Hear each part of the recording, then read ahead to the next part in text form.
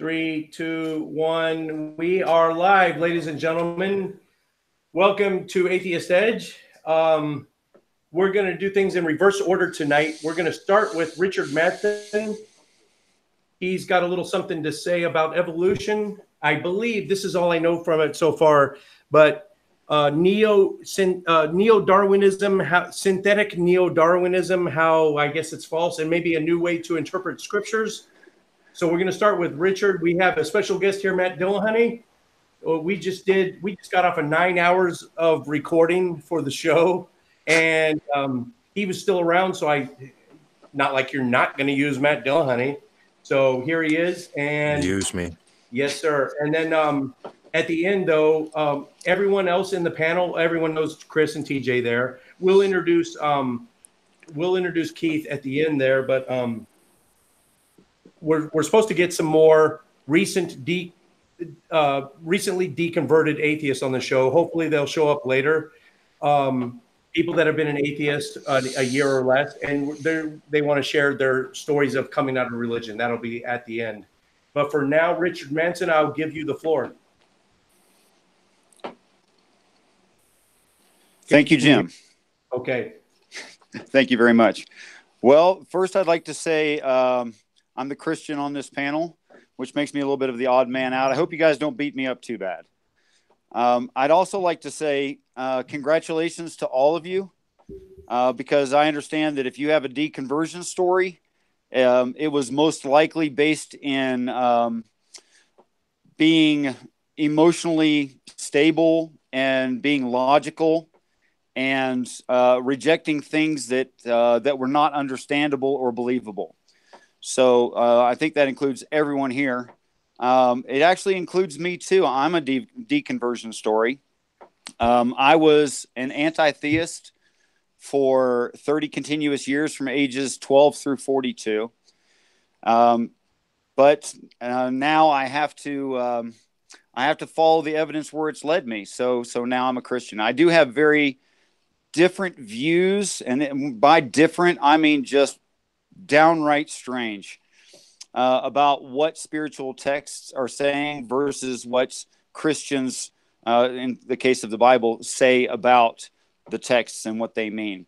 I also have very, very strong views on the plausibility of even synthetic evolution, and I think these things are not plausible. So that's about a good beginning for me. I'd like to say hello to everyone and peace to you all. I turn it over to you, Jim. Thanks a lot, Richard. Remember, our show is based on the tenets of building bridges, finding common ground, and having fun. So if I even smell any hostility towards our believer guests, I will squash that shit immediately. Matt? It's all right. Okay. My truck's outside. So we will keep it amicable if possible. We're the neutral space that other atheist shows come to when they're having trouble with each other. So we'll keep that, just so you know that. Richard, do you want to lay out your first, you've really piqued my interest with this synthetic neo-Darwinism. How is it synthetic? As far as I know, now maybe I'm not up to date on the latest information, but as far as I know, because we can have gene transfer between species, we're calling it synthetic. Is that not accurate? Matt? I'm not going to remotely be the expert here, but just quick searching, I don't know that the word synthetic is actually needed. My understanding of that is when you talk about... So I'm outdated. Well, no, I'm not. I don't okay. think it's necessarily outdated. It's just, I don't know that it necessarily adds anything, because when we're talking about neo-Darwinism, the kind of synthetic view basically just means speciation. Mm-hmm. It's genetic changes occurring in populations. Before we really kick this off, Richard, I like to steel man. I think it's a great policy. Okay, so you're familiar with the term. Okay, yes. So not to put you on the spot, but could you basically steel man what you believe to be natural selection or Darwinism? So we're on the same kind of starting point. Okay, so this is completely off the cuff, but I'll give it a try. I think every bit of reasonable evidence that we have points toward scientific and even personal observation, points toward the neo-Darwinistic evolution model being certainly what is intuitively understandable and most likely correct. Okay. I guess we'll just kind of let you try to point out why you have a problem with neo-Darwinism, why you think it's not correct, how you're working to, I don't know, come up with a competing model that should be accepted by reasonable scientists and people who are knowledgeable on the subject. Well, if by reasonable scientists you mean Carl Sagan and you mean Richard Dawkins, then I think I have somewhat of a backing in reasonable scientists. Ooh.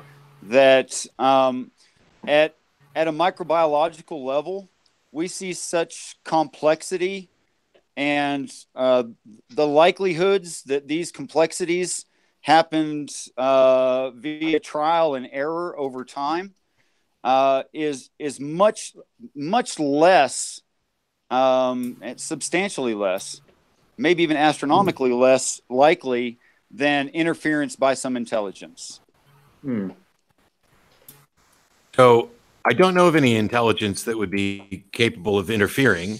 And so we kind of need to demonstrate that there is an intelligence capable of interfering in. Well, I think, go ahead, sir. Sorry. In genetic changes, okay. and that this intelligence who could have intervened would have had to been here throughout the history of evolution on the planet. And then I don't know how you would calculate the likelihood of that. If there is an intelligence that was capable of this throughout the history, then you'd have to show that it's more likely that happened than not. Right. Because just pointing out how unlikely it might appear to arrive at the current state of affairs through what you described as trial and error, which I don't really. That could be a God of Gaps argument easily.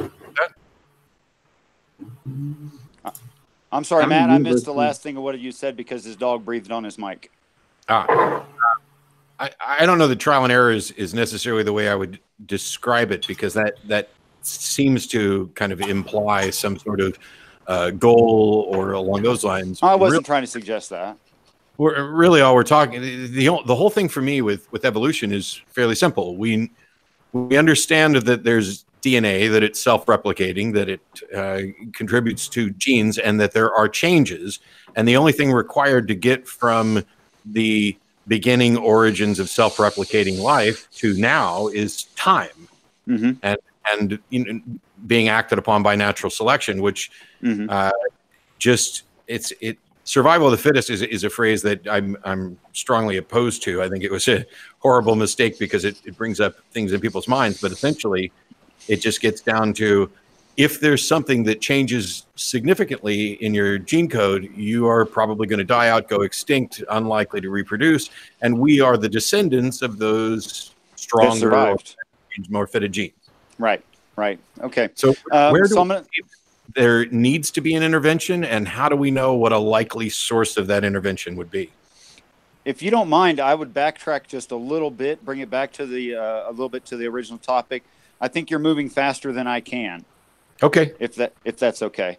Okay. So you're aware of the SETI program, for instance? Yes. For extraterrestrial intelligence. That's the one. It's my favorite. So if we can get a consensus, what is SETI doing? Listening. Not finding any intelligence. Well, it's listening. Why are we listening? For any kind of signal that might be coming from another intelligent society. Yes. Because I don't want to be anybody but Jeff Goldblum on Independence Day. Right. You'd make a good Jeff Goldblum. Okay, so what's I think that's what's the best minimum compliment he has ever received. That is I'm not even a theist. I love you right now. When he dies and we start a movie about Jeff Goldblum, we're going to try to get you to play the part, okay? Okay, life finds a way. So what's the You need minimum to get some that sun before then. what's the minimum that SETI would accept as proof of some kind of purposeful code? What's the minimum they would accept? Something repeatable or repeating. Question. Yeah, can I? Are you looking back to like the 1998 Time magazine article where you're trying to say that it's like a negative number at this point? No, sir, I'm not. Okay, good. I'm Because glad you're keeping up. Yeah, it kind of depends on really who you ask that question to and what parts of because certain organizations and certain people that are involved in this will take different parts. Like we can say that we heard like certain radio frequencies or something like that a couple of months ago. It doesn't actually mean intelligent life, though. Sure, pulsars, all kinds of things. Yeah. And of course, I'm not involved with SETI, not a representative, so I can't tell you what they can accept, and I won't even pretend to be knowledgeable enough to know what would necessarily qualify. But kind of the standard thought, which you see like from Sagan and Contact and stuff, is a particular pattern that conveys information that does not appear to have a natural source. Right. I think that's a good working off-the-cuff definition. So,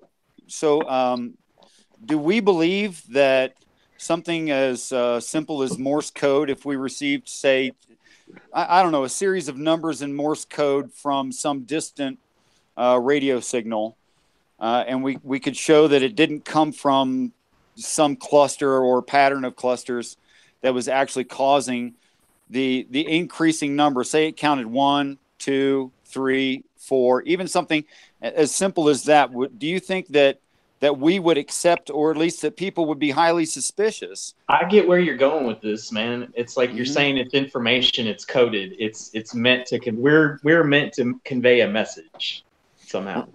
Well, we find repeated.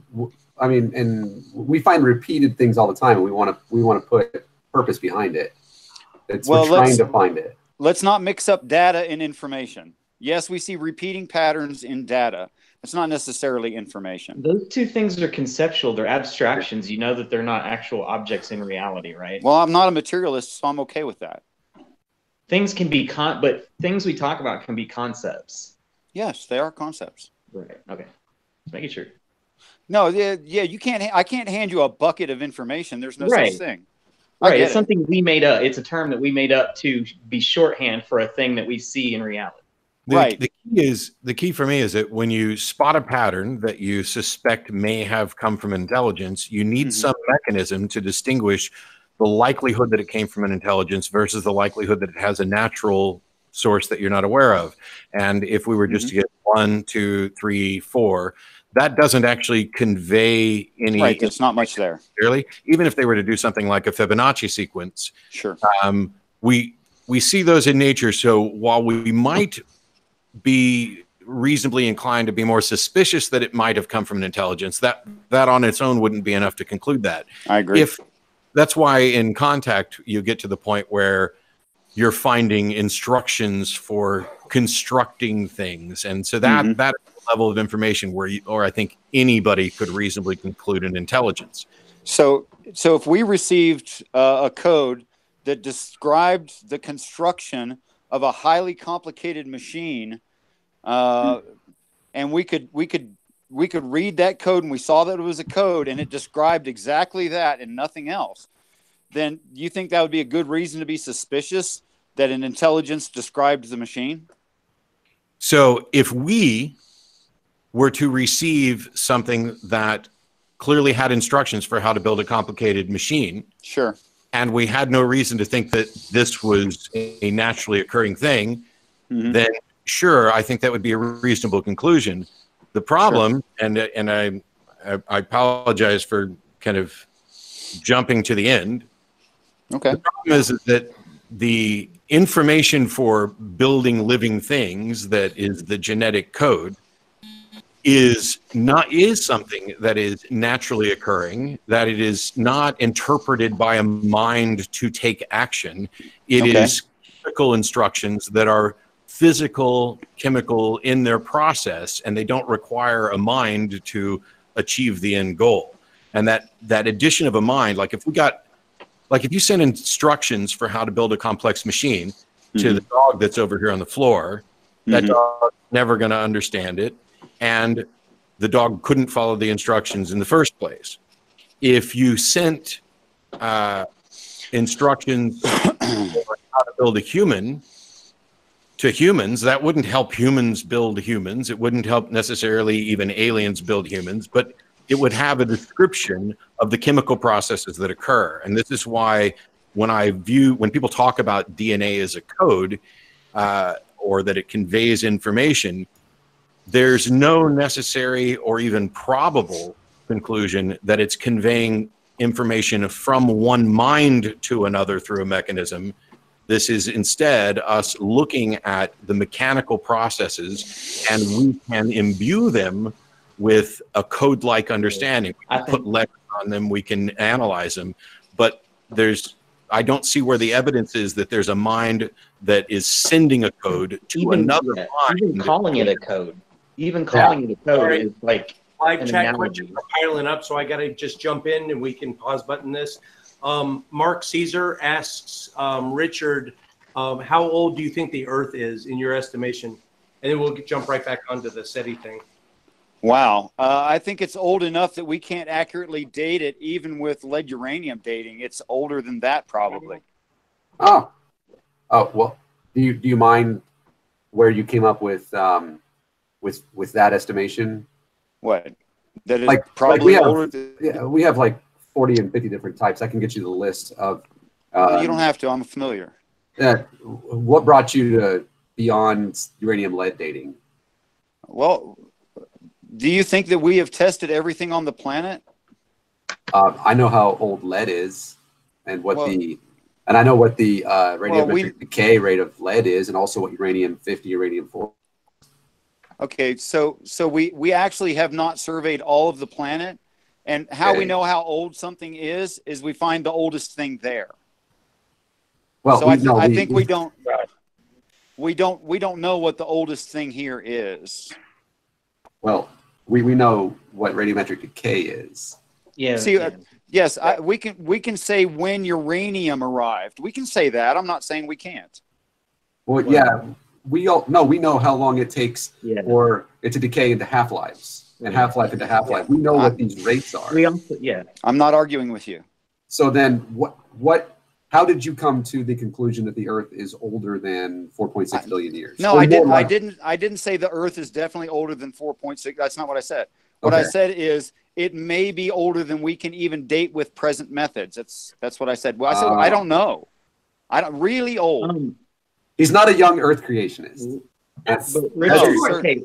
Richard, we know. You know how? Do you know how we have a national clock system, really a worldwide? You mean atomic clocks? Clock system for telling time? You mean you're talking about the atomic clocks? Yeah, atomic clocks. So like the cesium atom vibrates at a specific, very, very, very specific and very punctual and consistent frequency. That is how we are able to basically have the perfect time anytime you look at any clock that's on another. Yes. It's obviously not based on gears. That doesn't work. No, right. Yeah. So we're capable of stuff like that, right? As a species. Sure. So you don't really, so you think it's not legit when we claim that we have ways of dating things that are No, it's not what I'm saying. That's not what I said at all. All I said was it could be even older than we know. That's all I said. Okay, yeah. So are you aware of how we came to the upper limit on the age? Because I'll agree with you, we haven't surveyed everything that's on the Earth. Right. But we have a model of planets forming through accretion disk from the sun. And so it seems unreasonable, given all the information we have, that the Earth could be older than the oldest constituents that we've found within the solar system. Yes, we haven't surveyed the entire solar system either, but that's how we get the upper limit from meteorites that are 4.5 billion years old, and that puts a rough upper limit on the Earth. That you could be right. In tomorrow, we could find something on Earth that is older, and it's possible. Perhaps it didn't originate here, which would then raise another question. But the way science, by the way, doesn't make proclamations of, here's the hard truth. The Earth is 4.562137 years old. Instead, what we do is we build a model and we say, no, the Earth is at least this old and probably almost certainly not older than this, as we've found nothing in the solar system older than this. And until that changes, this is the current best model. Yeah. But at least we're all in the neighborhood of 4 billion years or so. Yeah, we're not in the neighborhood of 6,000 years, which is good. I commend you for that. Because Cheers to that, man. We have societies older than 6,000 years. Yes, much older. The biggest roadblock that people throw up with regard to Darwinian evolution is when they don't accept that they would claim that there wasn't enough time to account for the change. And so that's probably why somebody's asking about how old you think the Earth is. But if we're in the same ballpark, then that's kind of a non-issue. Well, have you looked into John C. Sanford's work? And aside from that, do you know of the 1 meter to 1 kilometer problem with accretion? No. Okay. Well, it's something interesting you might like. Did you say it's Stanford? Sanford, S-A-N. He knows. Yeah. Okay, Stanford. Yeah. By the way, welcome, frustrated atheist. He's Hello. He's joined us. Yes, I am actually. Man, I am. What's the word? Fashionably late. No, you're cool, dude. Sorry for not saying something about you sooner, dude. I saw you pop in, and I thought of something to say at that moment, so I forgot it. And now we are officially welcoming you to the Atheist Edge live show. Well, thank you. Yes, whenever I got the link to join, I was actually getting ready for work, so I had to. Cool, I got here to work and decided, let me go ahead and join this then. I'm still going. You're doing this at work? You're getting paid to do this. This is awesome. Yes, I am. I'm jealous. I literally am going to be at work for 12 hours, and that's going to be from 7 tonight until 7 in the morning. So, see, this is not supporting the secular morality argument. It's just not supporting it very well. So one of the things is that, okay, if we're in agreement that the Earth is at least in the ballpark of 4 billion years or older, the age of the Earth, as long as we're talking ages of, of roughly that or greater, the age of the Earth isn't relevant to the discussion about life, because the Earth could have been here for 50 billion years and life could have still formed at the time that it formed. Yeah. Sure. Yeah, so it's not really a relevant question. It would just be the issues that you have with evolutionary theory necessarily. And is yours more with evolutionary theory or the origins of life? Because I see that we're kind of teetering on both of those. We are. Okay, so you asked me directly. So I'm more on the same line as Sagan and Dawkins, that without interference, there's really no justifying the complexity and how those complex systems, irreducible complexity, is that the kind of complexity you're talking about? Are locked together. I think that theory has some merit. I'm not sure how much merit it has. I haven't looked into it that deeply, but certainly if you consider that there's a cell in your lung that has a hair-like structure on it to remove mucus out of your lung, and it can make a sweeping motion. And if you took one of those hairs and you took one of my beard hairs and cut across, then you can fit more than 1,000 of those hairs across one beard hair. And okay. I've measured my beard hair with a set of micrometers, and my beard hair is only 5/1000ths of an inch across. So these things are tiny, but within that hair are 2 doublet microtubules shaped like a figure 8. Then you have the 9 singular microtubules that go around the outside of it. And then you have a basal structure that goes the length of it. And between pulling and pushing all of these microtubules, it can make this sweeping motion. Now that's pretty complicated for something that tiny, wouldn't you say? I don't know. Amoebas, they're fairly complicated. But also you're talking about, amoebas are fairly complicated, but you're talking about arguments from complexity, arguments from possibly ignorance, even from incredulity. It's simply because it's small and complicated, something had to do it. No, that's not it. That sounds like what you're saying. Would you mind? I'm not accusing you of straw manning me or anything, but that's not exactly what I'm trying to say. I don't see how complexity is an issue. Well, yes. So you said. Well, then why is it?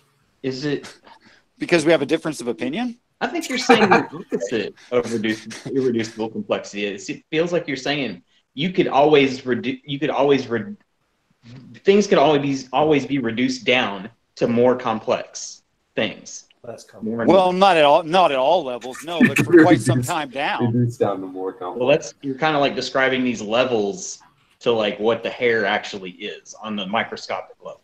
Right. Yeah, you're comparing it. You're saying that hair, my beard is, well, even to make it as simple as possible, you're simply saying my hair is really, really small, really thin, whatever, and this is even smaller than that, and does all of this as if to add some extra complexity and incredulity to it, and still doesn't actually get to the point of why does that require something besides nature or time? Why does it require something? I think that's an excellent question. I wish we could all answer that. Who else is asking it? Well, nobody else is trying to say that that's the case except for you. Yeah, I think everybody except for you is fine with the notion that you have a mechanism by which changes occur, and over time, that leads to diversity, including things that appear really remarkable. But yes, I don't know how we get to this is just too remarkable for it not to have been intervened with. Well, let's use some of our daily evaluation in the normal. And I understand this is in the macro world, but I think it's totally valid. If I were at a casino and I was at a roulette table and it had as few as, what does a roulette table actually have on it? Like 30 or something? 53? 53. Okay, so let's go with that. Let's go with 53. Let's say it had 53 spaces on it. But go ahead. 2 zeros, yeah. I'm sorry, I missed that. No, don't worry about it. Go ahead. We're at a roulette table. So let's say it had 53 spaces on it, and you were playing and you won occasionally. That's awesome. But what if someone came in and they bet first try? Everyone would be like, oh, that's awesome. But then if they tried a second time and without a failure in between those two, they won again. How many wins would they have to have like that before all the cameras in the place were trained on them? Well, that had never happened because they're not going to remove the cameras from the other tables they're observing. But fair enough. Your point is taken that we know what the odds are of someone winning and winning consistently at roulette calculable. Right. And so if you run a casino and you see something that's out of the normal, then you get suspicious and you investigate. Right. This is not remotely comparable to anything in evolution. Yeah. Yeah. Okay. Dice don't reproduce. As far as well, I know. Yes, dice don't reproduce, and they don't have selective pressures from their environment. I understand that. And it's not a series of individual sequential steps.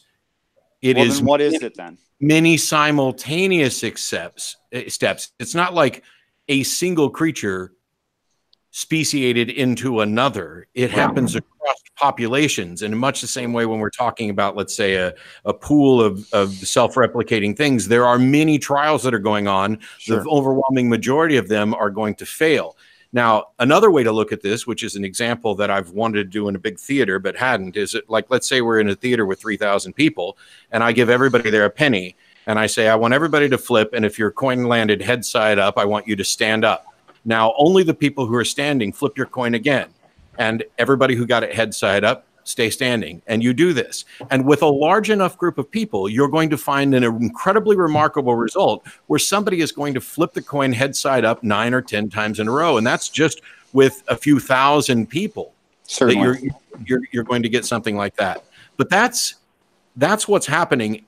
If you were to look at just that one person and say, what are the odds that this person got 9 heads in a row? That would seem incredibly remarkable. But when you look at the terms of the multiple trials going on in the same environment, now it is not remarkable at all. It is actually expected. No, in fact, it's inevitable. Yeah. Well, we can look at, in addition to the complex structures that are in our bodies, we can look at other animals from a range of complexities to see how, what stages something like that could have gone through. Like one example that gets brought up for our complexity is the human eye. I know I think Michael B. He's really big on the human eye being super complex, but we can see stages in animals that exist today of complex eyes, ranging from a simple pit to collect light to what clade of animals or a eye spot. What clade of animals? Let's go into cephalopods. Their eyes are 1,000,000 times better than ours. How's that? Well, sound? that's one in that group that's given as an example. So where are the ancestral simple eyes of the vertebrate? Where are those? You mean of prehistoric chordata? It's because we have that. Yeah, we have that. But even getting beyond that, I did a video where I spoke with people, and Susan was there. She fell asleep. I showed how we get to predictive changes over time, and I showed the equations of how we get there, and how we actually change things and are able to make predictions inside of a population over time. And this works. It works inside of every single population that we've ever looked at. And yes. There's one quick kind of additional note is that what we're operating on is inference, induction, and even abduction to some extent within science. And so what we do is we look around and we say, we see different species where the eyes have evolved independently and differently. And we see species that have models of eye that are more simple and more complex that describe something that would be reasonably viewed as steps that could have occurred across a number of different species. And then as they branch out, you see that some of them continued to change and some of them stagnated because those creatures didn't benefit from a better eye. This is something that's actually part of the basic theory. Since you mentioned, Richard Dawkins, there's actually a video I think on YouTube of him from many years ago, going through and showing these different things about the eye. But I've seen that video, and I absolutely love watching that video. Of course, we hadn't found Mueller cells yet. Well, if you're doing something here, and you kind of implied it just a second ago, and then you jumped in with this that I want to address. If the only way you're going to be convinced of evolution is that if you have every single example formed for the entire history of each animal on the planet, isn't that what you'd need to believe the Bible? Isn't that the same thing? I don't want to be rude, especially on the show where we're supposed to do this, but I'm trying to explain something, and I thought we were talking about evolution, and I'm trying to talk about what it would take if in fact your standards of evidence before you would accept this would to require reform. When you jump into, isn't that what it would take for you to believe the Bible? I'm not trying to attack you. You've completely shifted topics. You've made an implied sort of Tukul-K fallacy of, well, you're just as hyper skeptical. When that's not the case. All of us are skeptical. And we haven't established how much or how little of the Bible I actually accept and believe. And it's not remotely relevant to whether or not we have good reason to accept evolutionary models. The point here is that if we had to have every form, we would never get there. And so what science is doing instead is saying, here's a viable model. And we're going to go out and we're going to see if we can find more and more examples. And then the way we determine the strength of the model is based on its predictive power, which means that we look at this sort of thing. We say, you know what? If the model of evolution is correct, then there are things that we should find, and we should find them here and in this way. And that's when we go out and we dig and we find Tiktaalik. And the model should also be able to say that when we go to these areas, we should definitely not find these things like rabbit fossils in the Precambrian. And we don't so far. And so you seem to be presenting this notion of, I'm going to poke holes in the theory, and yet these holes or these gaps are already known and understood and don't impact whether or not the model is reasonable as it stands now. And what I thought the Bible has no bearing on this at all. As much as I want to let Matt Dillahunty talk for a long time, because I like to hear stuff that he has to say, I do think we should switch gears, because we actually came on to get some deconversion stories from some brand new atheists. So I think either Cephas or Atheist can jump in if they want and talk to us for a minute, and we can even get Richard's deconversion story. I would like to do that. One quick favor from the guest. On a couple of occasions, you've suggested that what you're saying seems to be in agreement with what Dawkins says. And no. Okay, well, only on that one point. Okay, whatever the one point was, since he's not here to actually address that would be tough. Since I know the man and I don't put him on that same spot, let's just reference the people who are here and what we can actually cite that people have said rather than dropping. Yeah, well, I don't think panspermia theory is without any value whatsoever. Well, he doesn't actually think panspermia either. So no, that entire clip where he talks about that is someone had asked him what could have happened, and he's like, "Well, it could have happened this way." It's not him saying, "I believe that this is how it happened." It's this could have happened. Sure. Not saying that it did, but it could. Yeah, I take it in context. I mean, I think you have to demonstrate possibility as much as you have to demonstrate impossibility, though. Certainly. Yeah, I mean, sure. So I'll chime in for the first time tonight. Going back to the complexity argument, Richard Carrier does a talk where he goes into this, and you can go into his citations for it. He says that information specificity, which is like the complexity of the human brain, it's in the vicinity of about 10 to the 5 billionth power. Now, if there is a creator, he has to be able to exceed that limit of intellect and far beyond it to be able to have the capacity to create human beings. So is it more rational to say that through, over the space of the whole universe and the expanse of around 14 billion years or trillion years or whatever it is, that it could have happened? Is it more logical to say that there is a brainless mind with the intellectual capacity to create humans, or is it more logical to say that we could have just happened? Well, to create a thing, you have to have a thing that is degrees or levels above in complexity of the thing that they created, right? Okay, so you don't have any children. You didn't create those natural bodily processes created your children. Yes, that's correct. Okay, so as I tried to hint at the beginning, when I was given free reign to say whatever I liked, I tried to say that my view is not what you're going to think is a typical Christian view. Yeah. I did try to pronounce that, and I'm not bluffing about that. I'm not just saying, "Oh, I'm different." I really, really mean that. I don't claim what your typical Christian is going to claim in their dogmatic views about what the Bible means. But instead, I read it. Okay? And in reading it, it doesn't claim half of what they say. Okay. Well, that's okay because most Christians haven't read it anyways. That's true. Good point. Valid.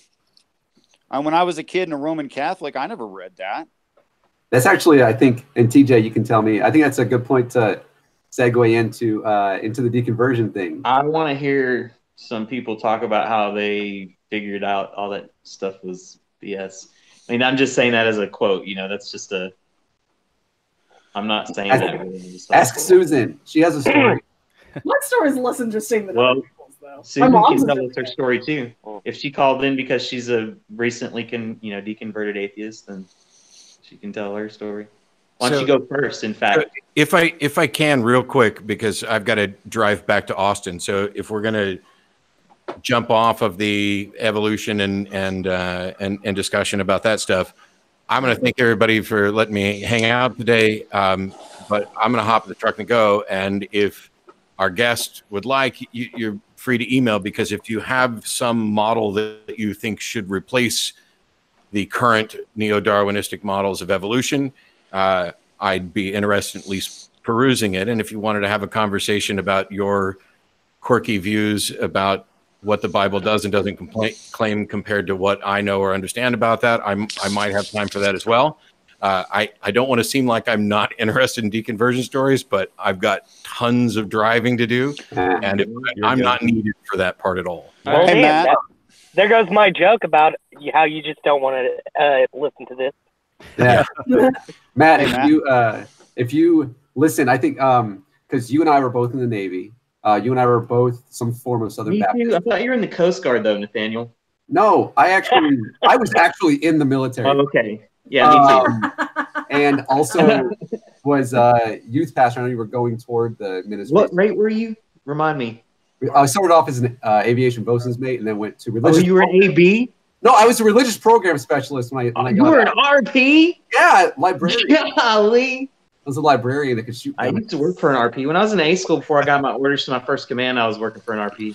So It was pretty that means a minute ago when you said you were really in the military, you were lying. Oh. I mean, Oh, without us, you would not have movies on the ships. So you're welcome, and also Man. books. And if You you need to be in here for this one. if Yeah. you wanted to go to church, we're the ones that made the like the chapel ready and stuff. But is that such a good thing? What? The Wiccans What's can the go to church where the Baptists go to church. Okay. What's up, 'Cause Richard? that's a good fucking idea. I was in the army Anyway. myself. What's up? Y'all have fun. I'll listen to this later. I appreciate it, but I'm gonna head out. Thanks for having me. Bye, Matt. Yeah. Thanks for coming Have a good by, one, Matt. dude. You're super cool, man. See, this is why people tune into the Atheist Edge for the sick Yes. Navy jokes. What a class act that guy is. I was. know what you're going to All get here, around. right? Who is- Holy fucking balls, man. Thank you, Matt. Drive safely. Damn, dude. Jim, what a fucking day this has been, buddy. So, Master Sergeant Jim, are you going to have an email address that I could take advantage of Matt's Master office? Sergeant. Alex Joel lives Master. way north Dallas, and he left his charger here. So make sure you have your charger, your phone, everything. Your Arn? yeah. Oh, man. Okay, you got everything. He lives in Garland. All right, brother. Yeah. Dallas. Thank you so much. All right. It's on his Facebook. All right, guys. Listen, we're gonna go down the horn. What I know, right? Who is to your left? Hello. Say it again. Who's to your left? Okay. Cephas. No, I'm not gonna. Is that I it? don't want to dox you. You know what? You guys know what doxing is? Yes. She just accused me of doing it. He's actually, this is a brilliant kid in his own right, but he's also. Is it okay? Are you sure? Yeah, I've been on. I'm not going to dox. Really? This is Aaron Ra's biological son. Oh, cool. Yes. You didn't know that? I think I've seen him in a couple of Aaron's videos. Can't you tell? Holy fucking shit! The lack of facial hair. No, Yeah. we just had a really deep, like 9-level deep conversation powwow about just the who knows about the sheepdog versus wolf versus sheep mentality, the protectors of the universe, basically. Yeah. Yeah. I know what a So- sheepdog is. The I- sheep. well, Oh, sorry. Yep. Yeah. Okay. Yeah. Okay. Good. Thank you. Conor, you look like Edward Furlong from Terminator 2, man. Oh yeah. Okay. Let me start. You got the mouse. Let's start over here. Let's go with Keith. We're going to start with Keith, and I'm going to go left to right as I'm looking at it. We're going to start with Keith, and I think raise your hand if you haven't been, minus our host, if you haven't been an atheist, if you've been an atheist more than 2 years. Wait a second. That Wow. too many hands. Wow, I'm the I odd one got my out. pen I'm out. going on like Recently 10. deconverted. That was Okay, not the recently question that you asked whenever you sent that out. Are you fairly recently deconverted? Yes. I've been an atheist for about 3-4 years now. Okay, that'll work. Okay, so anyway, we're going with people who really have come. The light bulb switched on fairly recently, so I guess it applies to some of you. We'll start with Keith and just kind of give us your backstory. Like, when did the light bulb switch on? Yeah. So to start off with, I haven't always been a Christian. I wasn't always a Christian before I was not even a Christian, if that makes any sense. I became a Christian at the age of 18. I was talking to Richard beforehand. I wasn't an atheist. I kind of just was like non-religious, I guess. I just never really thought about it. At the age of 18, got radically converted. Started going to an extremely charismatic church. Got baptized in the Holy Spirit. Signs, wonders, miracles, tongues, laying on hands. We even got the oil out and put it on people's foreheads sometimes. All that shit. We went crazy.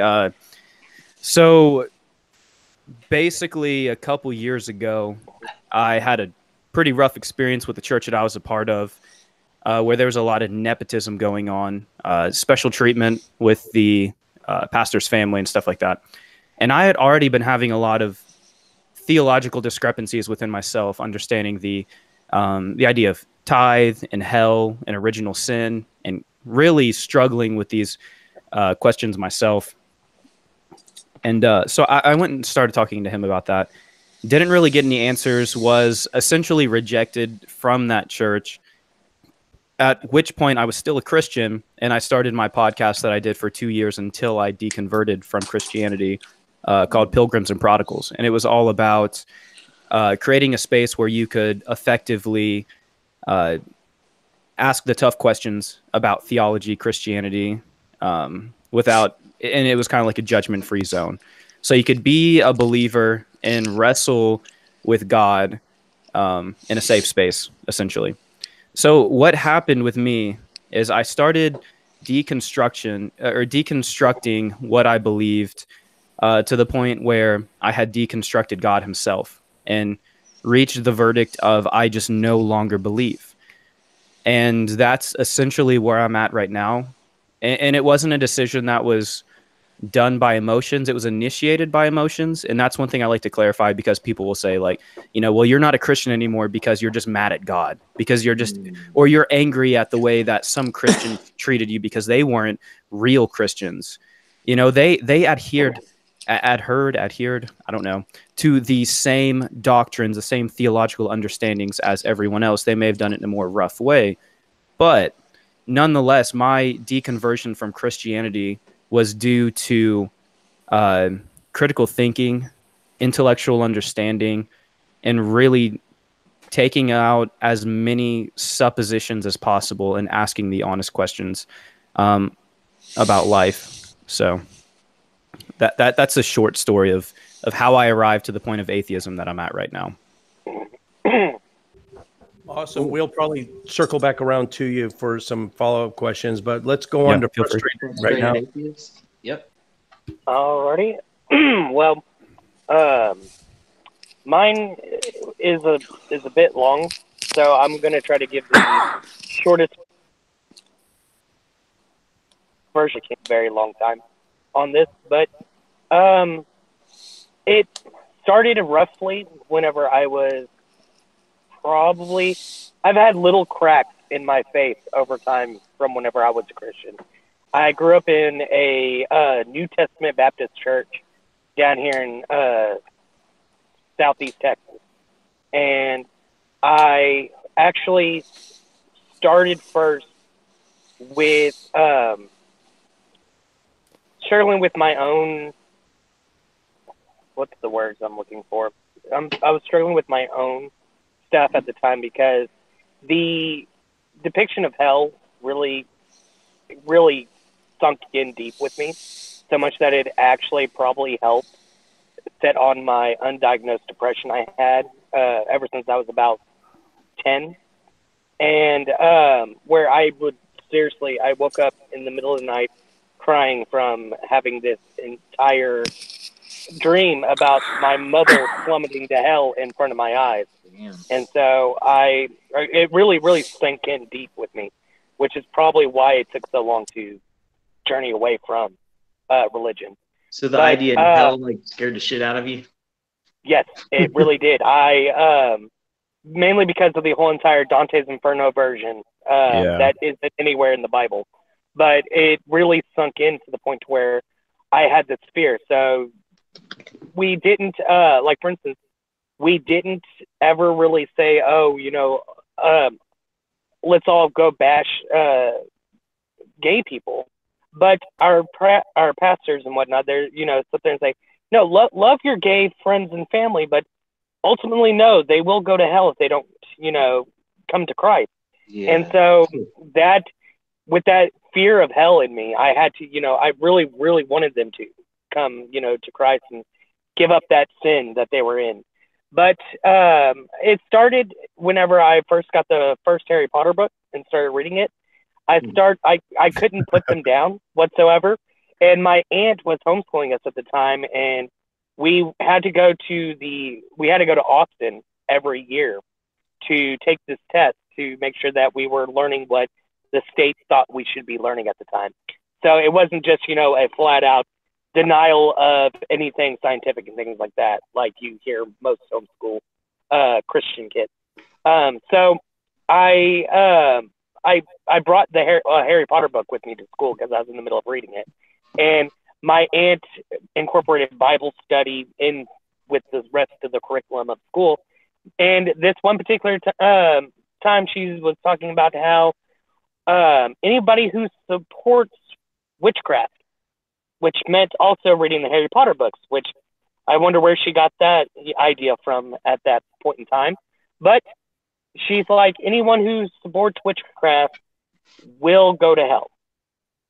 And so I sat there and was like, you know what? No, I seriously could not see that, because my imagination had just exploded from reading these books. I was like, God would not punish a child for, reading these books because, they opened up his imagination. So I started saying God would be okay with that. And several cracks along the lines, one being that my uncle was talking to me about the Bible and how often it was translated and all the languages they were translated into. And even talked about how we had a relative that did his own translation of the Bible. And it was actually pretty interesting, one of the verses he gave me about that. And so I was like, okay, but just because there's so many verses or so many versions doesn't mean anything. I still have my faith.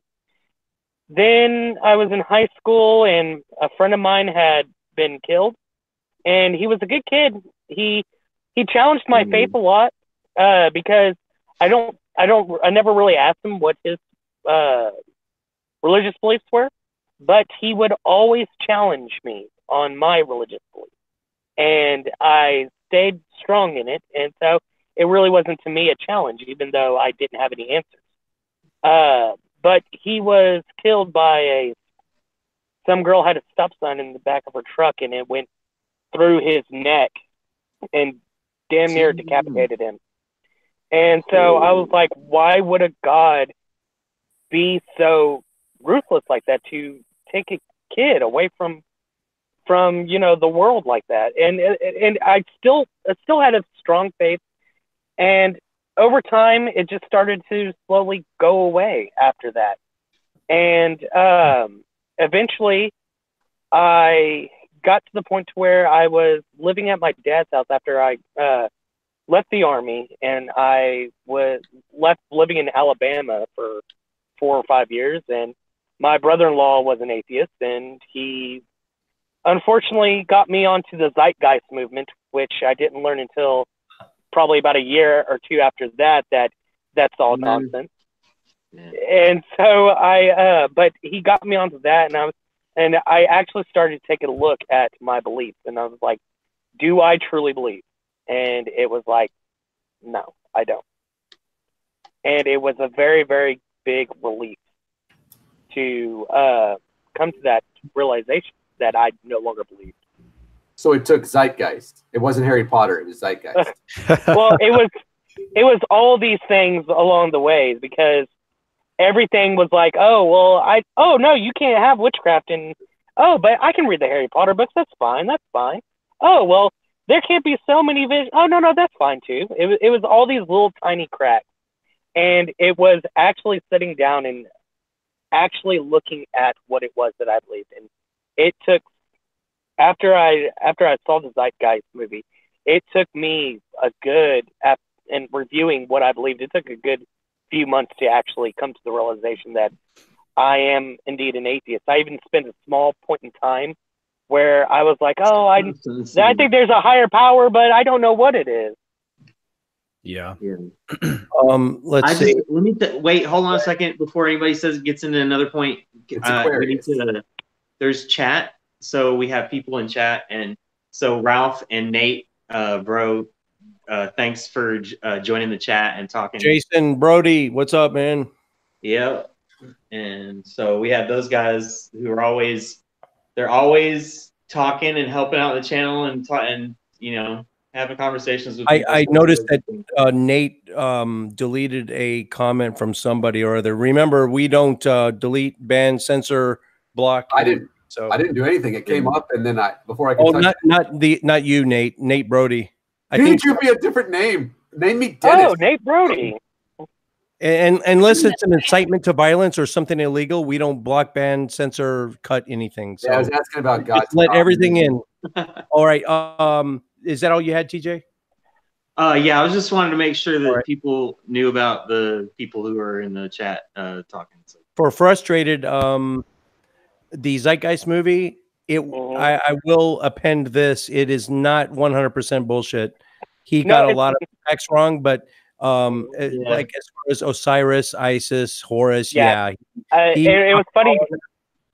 I was just gonna say it was funny because the way I figured out that there was a lot of bullshit in the Zeitgeist movie was I brought it up in an atheist group that I was in on Facebook, and people just started making fun of me left and right, and I'm like, why? What? Why? Well, no, they were because in the rules they said it even said, whatever you do, do not bring up Zeitgeist, and so people kept making fun of me and calling me stupid and stuff like that. I was like, why? What's going on?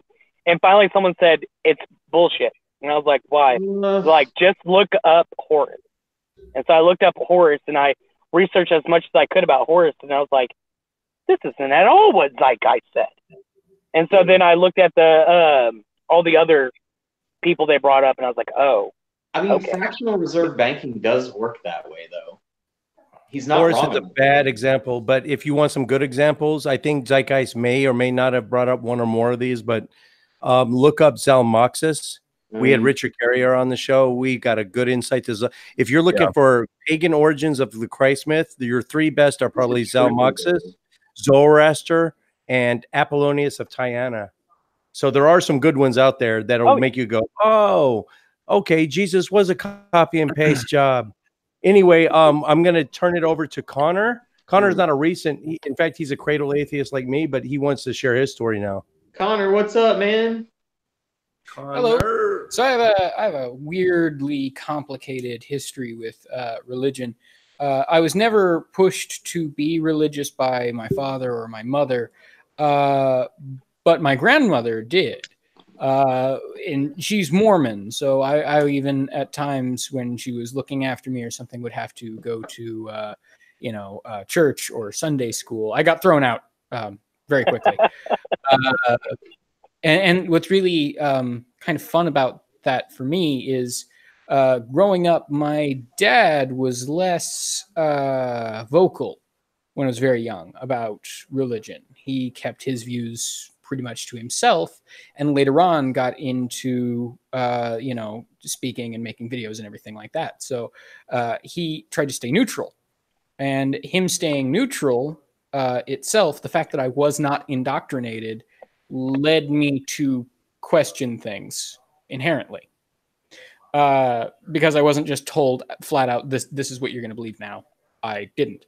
But because I had my grandmother telling me things and I was challenging her, and the fact that my challenges to her and those in her church were met with just basically open hostility to a child being like, you're too smart, get out. Immediately soured me to the idea of religion, which there were times when more spiritual but not exactly Christian or openly religious people in my life would try and convince me that, oh well, there could be some spiritual thing that the force is out there, type stuff, that I might be like, well, I can't outwardly disprove that, but just dealing with those people and dealing with religious people on the whole kind of turned me off of religion more and more, to the point that even I have to say the conservatism in Christianity is mostly what did it. An example is when I was young, I enjoyed Ozzy Osbourne. Nice. And I wore an Ozzy Osbourne T-shirt. I was maybe 8. I'm walking down the street to go to my friend's house, and my neighbor bolts out of his house and starts like immediately jumping down my throat about wearing an Ozzy Osbourne shirt and how it's of the devil and everything like that. And so he shouts to his wife like there's a medical emergency, like, oh God, go get the AED. But instead of the AED, it's go get the Bible. We have to get this demon out of him that makes him like Ozzy. So they did. They tried to exorcise me right there in the street. And I laughed at them. And of course they affirmed that, well, that's the demon laughing. Of course. Obviously. But that wasn't even the end of it there. Granted, this one neighbor was the main ringleader of problems that I dealt with due to religion. And keep in mind, I was wearing an Ozzy shirt. I wasn't saying God's not real, your religion is dumb. I was wearing a shirt they didn't like. And I maybe a year later wore a Harry Potter shirt. Funny that Harry Potter already came up once in these. But I was wearing a Harry Potter shirt, and my neighbor rallied around neighborhood children and adults. So we're talking like adult men and women and children all gathered together, chased me down the street and then up a tree and tried to throw literal stones to kill me like a 9-year-old kid. Wow. So I was wearing a Harry Potter shirt. And Wow. thou shalt not suffer a witch to live. Yeah. So Wow. that kid, he likes this thing that kids like, kill him. I mean, that's just what you do. It's biblical, right? Of course. And then About people who like quote the witches. Bible as they're trying to justify killing me for liking something that Wow. is popular and harmless. Connor, quick question. Is this here in Texas? Yeah. Yeah. Okay. I can see it now. Not, Wait, in Dallas? yeah, in Dallas, in Garland, that was. Yeah. I can see that. For anyone that knows the DFW, Garland's pretty close to central Dallas. Like, it's pretty close there. I mean, look here, Notice how Rockwall. most of us are not really surprised at all. Well, the thing is with me is the fact that I live in an area in Texas where people still think that the whole entire question about if we came from monkeys, why are there still monkeys, is a valid argument The against dumbest evolution. argument I've ever heard in my life. And here's But where go ahead and Connor. I was going to say, here's where it actually becomes very useful and important that I am my dad's son, is because there were so many people who would just throw ridiculous arguments like that at me. And I mean, when you're 6 or 7, it doesn't matter what you know. If adults are telling you you're wrong, you're gonna think, oh, well, shit, I must be wrong. You know, you're gonna think, well, I can't know better than that guy. That guy's like 6 of my lifetimes older. I'm gonna be 29 this year, and I just recently had a guy who said that my argument is always going to be invalid because he was 54 years old. Which is a ridiculous argument. But when you're a kid, that seems reasonable. And yeah. I would go to my dad, I would ask him questions. And the fun thing is that back in that time, like I said, my dad was not so outspoken. So when it came to matters of religion, he would basically just say something along the lines of, oh, well, that's what they think.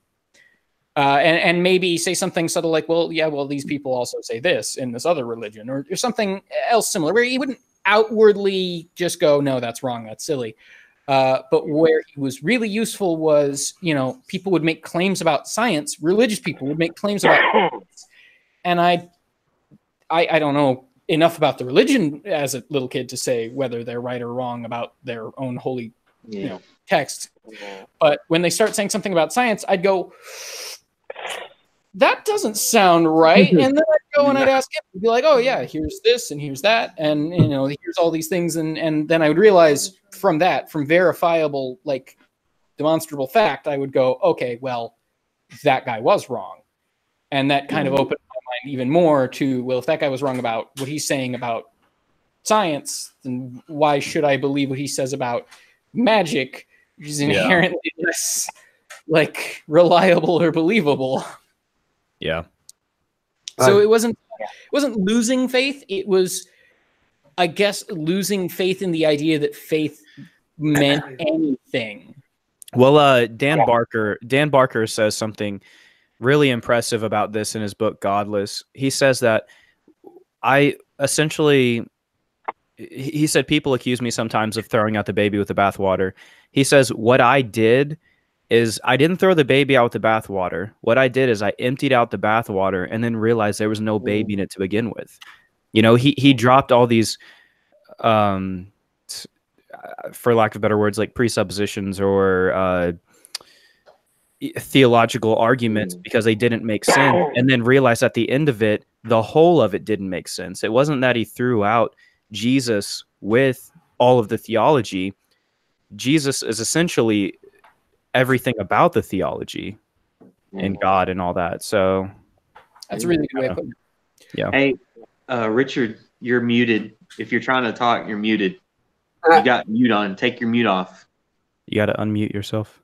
Yeah, he's trying to talk. I think he was trying to mess with his mic before he was muted. Oh, okay. So he may just be having some. Yeah, we can see, but we can't hear you, dude. If you could do sign language, we'll try to interpret for you. That is not good. I think Richard was trying to interject, and we still haven't gotten to his deconversion story. So I think.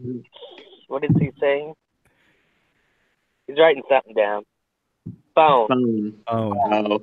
Well, all right. He can't something. Tap on your screen, and then when it comes up, the button on the left is the button you press, and that will unmute you. All right, 2 words. First word, phone. Nope, you're still muted. Blink once for yes, twice for no. Tap on the screen, and then on the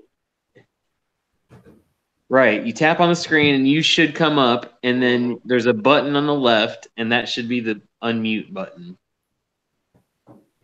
I wish. Uh-oh. You can't get it. Uh-oh. Try. Okay, if you can't figure that out, can you just relog into the call? Yeah. Rejoin the call. Yeah. Unfortunately. Oh yeah. Frustrated. You're not in East Texas, are you? Frustrated. He said he was earlier.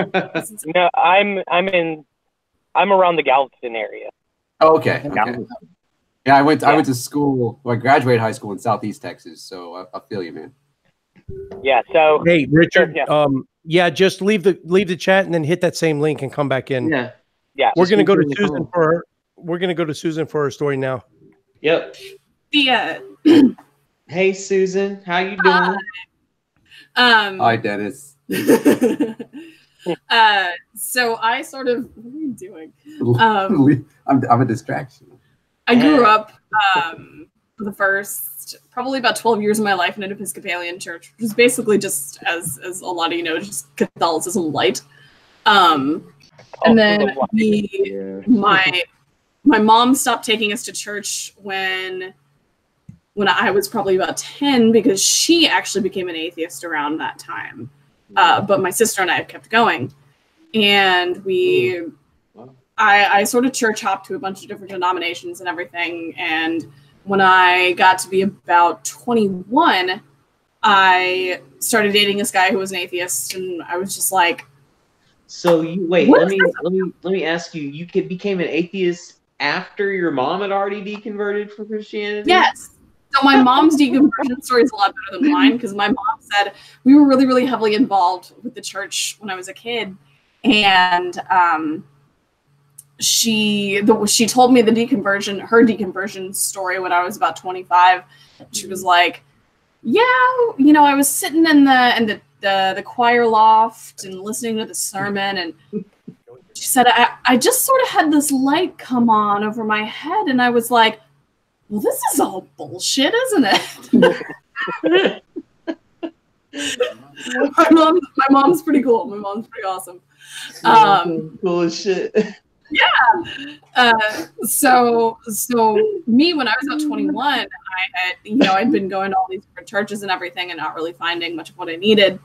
And I started dating this guy who identified as an atheist. He wasn't really as hardcore about it as I am now, but he sort of was the one who got me thinking about, maybe it's okay to not feel obligated to do all of this stuff, to go through these motions and not have to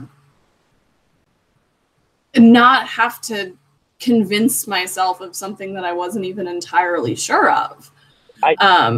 So a little later on, do what? I just want to say that I find it funny that it wasn't your mom that got you to deconvert. It was no, and what's funny is she.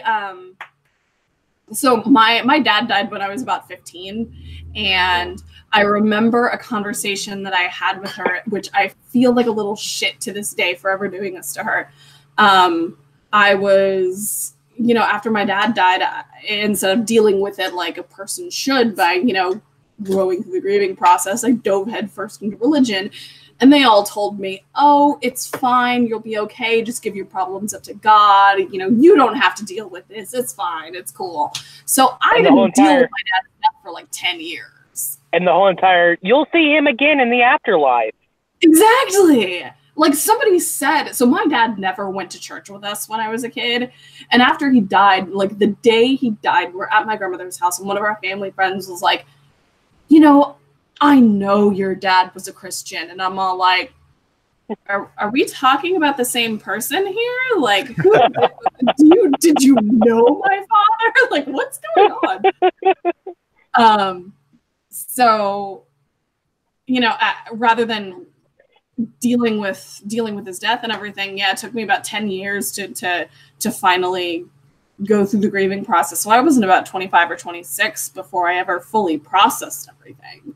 So I held on to that anger for a long time because of religion, because it never allowed me to actually deal with anything. But so after I sort of had my coming away from religion, I met my ex-husband, who his family did like home church. They were homeschooled. They were like, trying to think of the best word to describe them.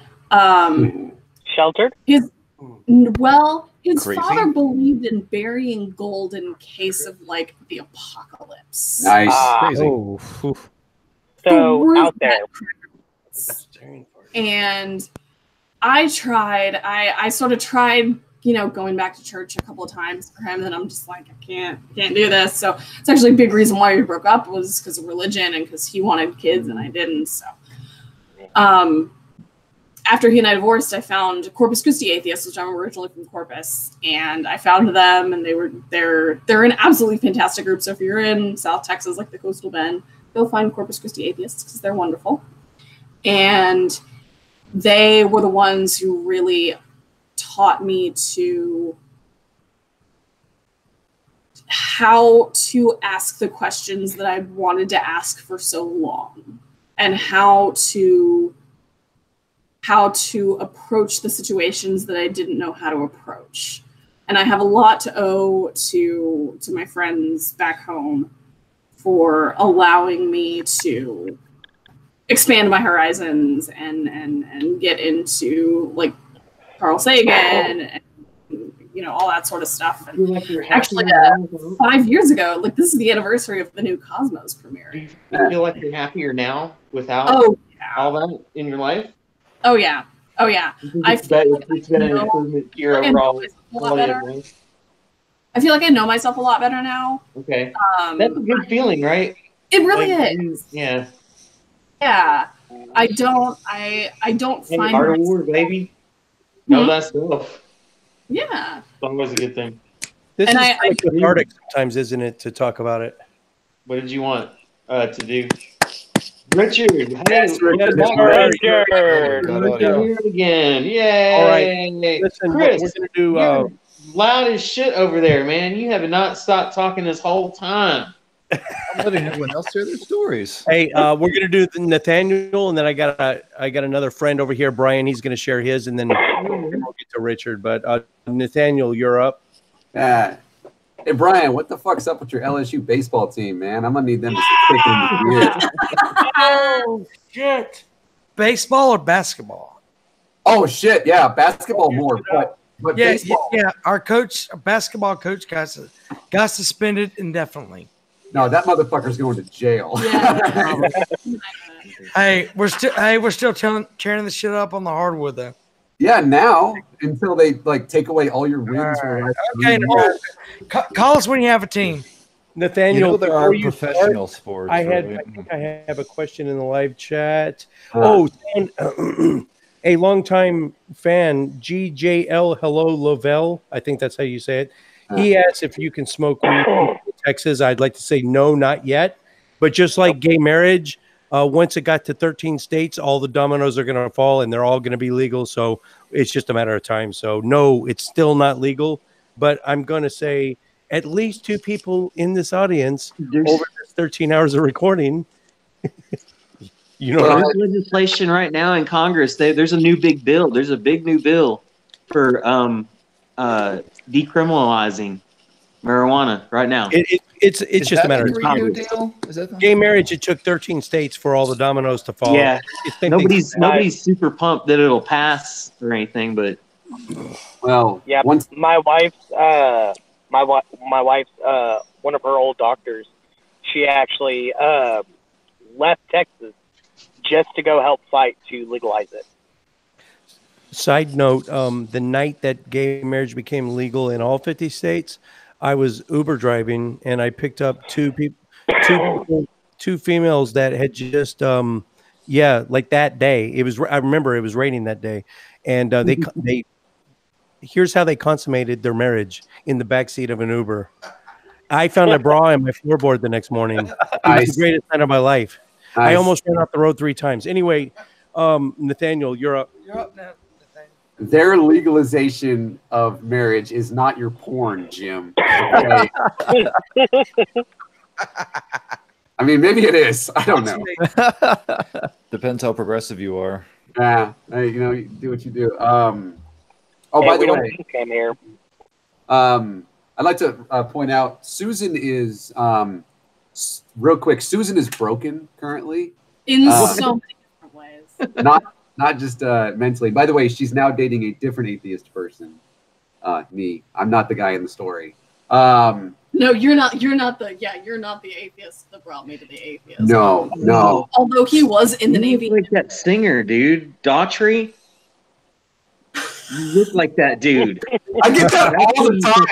I get that one. That's who you fucking look like. I just realized it. I get that one and Johnny Sins all the time. Yeah. Except my You're like, I'm coming home. Jesus. I didn't know we had Daughtry here. I'm leaving. I quit the show. Don't get me singing. But a couple weeks ago, actually 2 weeks ago today, Susan and I, we were down in Big Bend, hiking in the desert, which I informed people is not all sand and camels. People think the desert. No, there's a lot of stuff in deserts that are not just. It's not just sand. We were hiking out there. She slipped on a rock. Shut up, Dennis. I'm only calling you Dennis from now on. Dude, you're entertaining me, man. Continue. She actually hurt herself. Yeah, I fell and broke my ankle. And it's only kind of funny at first, but then if she keeps crying, you kind of got to like pay attention and be like, all right, what's wrong? She doesn't know this. So I was right next to her, not far from her. I'm telling you, you are learning this story at the same time that she is. Fuck. So I'm standing like on this little, it's like a ledge, right? And I'm right here. No, and I gave her some hiking poles that are shitty, by the way. Do not get those poles, whatever. And I decide that because I have better balance than her, even with the poles, I'm going to go a certain direction. And I tell her, this way down here looks more even. Well, she puts a step on the or puts her foot on a rock, and so the rock slipped and her leg crumbled and she fell on her left leg. Now I did not know that she had fallen and twisted her left ankle and broken 2 bones in her ankle when this happens, because I saw her do it. You thought I was just being over dramatic. I did, because I was standing not far from her, and she was not 5 minutes ago, like complaining legitimately about cactuses, because we're in the fucking desert and cactuses exist, and she had been poked by a cactus. And I thought that when she fell, because she fell right next to me, didn't slide but like 6 inches. No. And she actually, her arm ended up inside of it wasn't a cactus, but it was a plant that could have hurt her, and it did. I guess you weren't. Oh, how look at hey. Shit. Let me see your forearm again. Let me see that. Is that the rebel? Is that the rebel symbol? It is. Okay, yeah, that's fucking awesome, man. But I thought because she was immediately just in enormous amount of pain, crying. Right? I thought that it was this. I thought it was she had scratched herself and she was being over dramatic. No, that was just going to be some whining. This was like my knee buckled, my ankle turned, and I felt it pop. Yeah, and so she. You're an ass. I didn't know. I was like, okay, in a second, she's gonna be fine. She's gonna get up, and it's gonna be okay. Yeah. No, it was not. Getting out of there, that's a story by itself. But much like me, a couple of months ago, when I went to the hospital, and my insurance lapsed the day before I went to the hospital for emergency surgery, apparently, and now I have like $26,000 in medical bills. Yeah. And I got denied for Medicaid, by the way. Fuck you, Texas.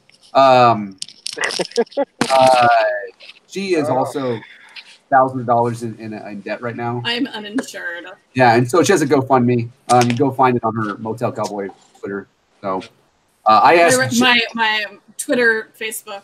I'm pretty much posting it everywhere. Yeah, you can go help out there. Before we continue, I just want to say there's going to be 2 of me for just a second. I'm getting on my tablet from my phone because I'm about to have to call work here in a second. Okay. Now that I did that, I actually asked Jim if that was okay if we did that. So go. Yeah. So go now. It's starting. You tell them. Yeah. My story. It goes. Thanks, Richard. What are you doing? Crumbling some cool. Like yogurt top or something? Oh, I'm sorry. I was shaking the sugar packs. I'm sorry. Oh, good. Go ahead, man. I was raised in East Nebraska. Speak up and use your Omaha outside voice. You need my what? Use your outside voice. I'm trying. The thing doesn't work with the microphone, so I have to use the computer mic to get it to work. Now I broke this. Oh, like a Susan thing, I broke it. So back when I was 15 or 16, I don't remember. I was 15. I grew up, and I have like bipolar and attention deficit, whatever. Well, I made like some mistakes when I was younger, and I got sent away when I was a kid, like in high school, like junior or freshman year of high school, and so I didn't have any friends. And there's this family that moved to my hometown of Orchard, Nebraska. And they were really cool. And they became our next door neighbors. And they actually invited myself and my 3 brothers, out to the skating rink. Now that I've dated myself. I used to go to the skating rink all the time. And I met a girl there. Mm-hmm. I think you've heard this. Oh yeah, you wrote a blog about it. I read it. Oh yeah, this is also, you can read part of this. I wrote like a little bit of this on my Twitter. And we had a good time. She was like super hot, and she probably still is. Honestly, she's probably in her 30s now. Yeah, she's probably like right there. And what? You're the hottest. And she invited me to church, and I was like, yes, this girl is super duper. Like, she wants me. And we're gonna go to church, and then we're gonna start dating. I had just come back from the boys and girls home and all that stuff. I don't have any friends. This girl wants to. Yes, she's super hot. I got to church, and it turned out that she didn't actually want to date me. That was my first. That's how they get you, by the way. Yeah. That's how they do it. That's why you only see like the. And I learned this when I was a youth pastor. No, they totally do that. The girls that I used to know in the church that I was affiliated with, they knowingly did that. Yeah. Oh yeah. No, that's actually something I did when I was a youth pastor. No way. Yeah. You put on my skirt and just went out and Not me Yeah. personally, but Draw them young boys in. there's a, by the way, there's a bit of a spoiler. I became a youth pastor later. We would get like the social media profiles of like the best like members of the youth, and we would put it like on the flyers and stuff. Yeah. And it would get more people to come. That is a real thing that youth pastors do and church people do. Yes. You don't ever see ugly people on church flyers. Okay. No.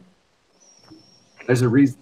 What? Well, church is not because we see an idealized version of humans when we see someone who is considered within the beauty standards of our culture. Well, I mean, it's just like marketing. Not too far off from. We see a person that represents it's marketing. Yeah. Yeah, nobody ever said church was moral. And I mean, but I playing to an audience. Yeah, is all it is. Hi, Richard. But I went to this church though, and I actually felt welcomed there. I had not necessarily like grown up. My grandparents are Methodist. In the Midwest, Methodist is basically they go to church on Sunday and like farm the rest of the week. So it's like, you know, I didn't. All I knew that with church was where I would go to get the little butterscotch things from the old dudes in the church, the membership, and that was it. But I went to this church, and it was a Assemblies of God church, and so they were like singing and clapping and shit, and they were asking me to do so instead of trying to kick me out of the little group, which was super cool for me. And I like immediately became like engrossed in all this stuff and became a Christian like not too long after that. Went to like church camp and stuff. And I got like really involved in this. And then my mom was like, hey, remember that time you just made like friends and everything? Guess what? We're going to move to Texas. Fuck your friends. And I was like, what? I just made friends for the first time in my life, Mom. And came down to Southeast Texas. By the way, that was the year that James Byrd got dragged to death in Jasper, Texas. So I met, I met people of color for the first time my entire life, and had racism and murder like that in the first time my entire life. And I was a newborn Christian. This is all like all new shit happened in my life. You're just like, well, this just happened. Okay. What is this nonsense? Turns out MLK says everything. Tex, you came here from where? Nebraska. Huh? Nebraska.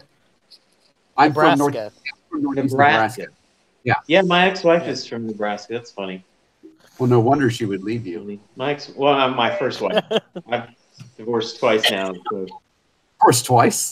I'm always on the lookout for the next future ex-Mrs. Tuttle.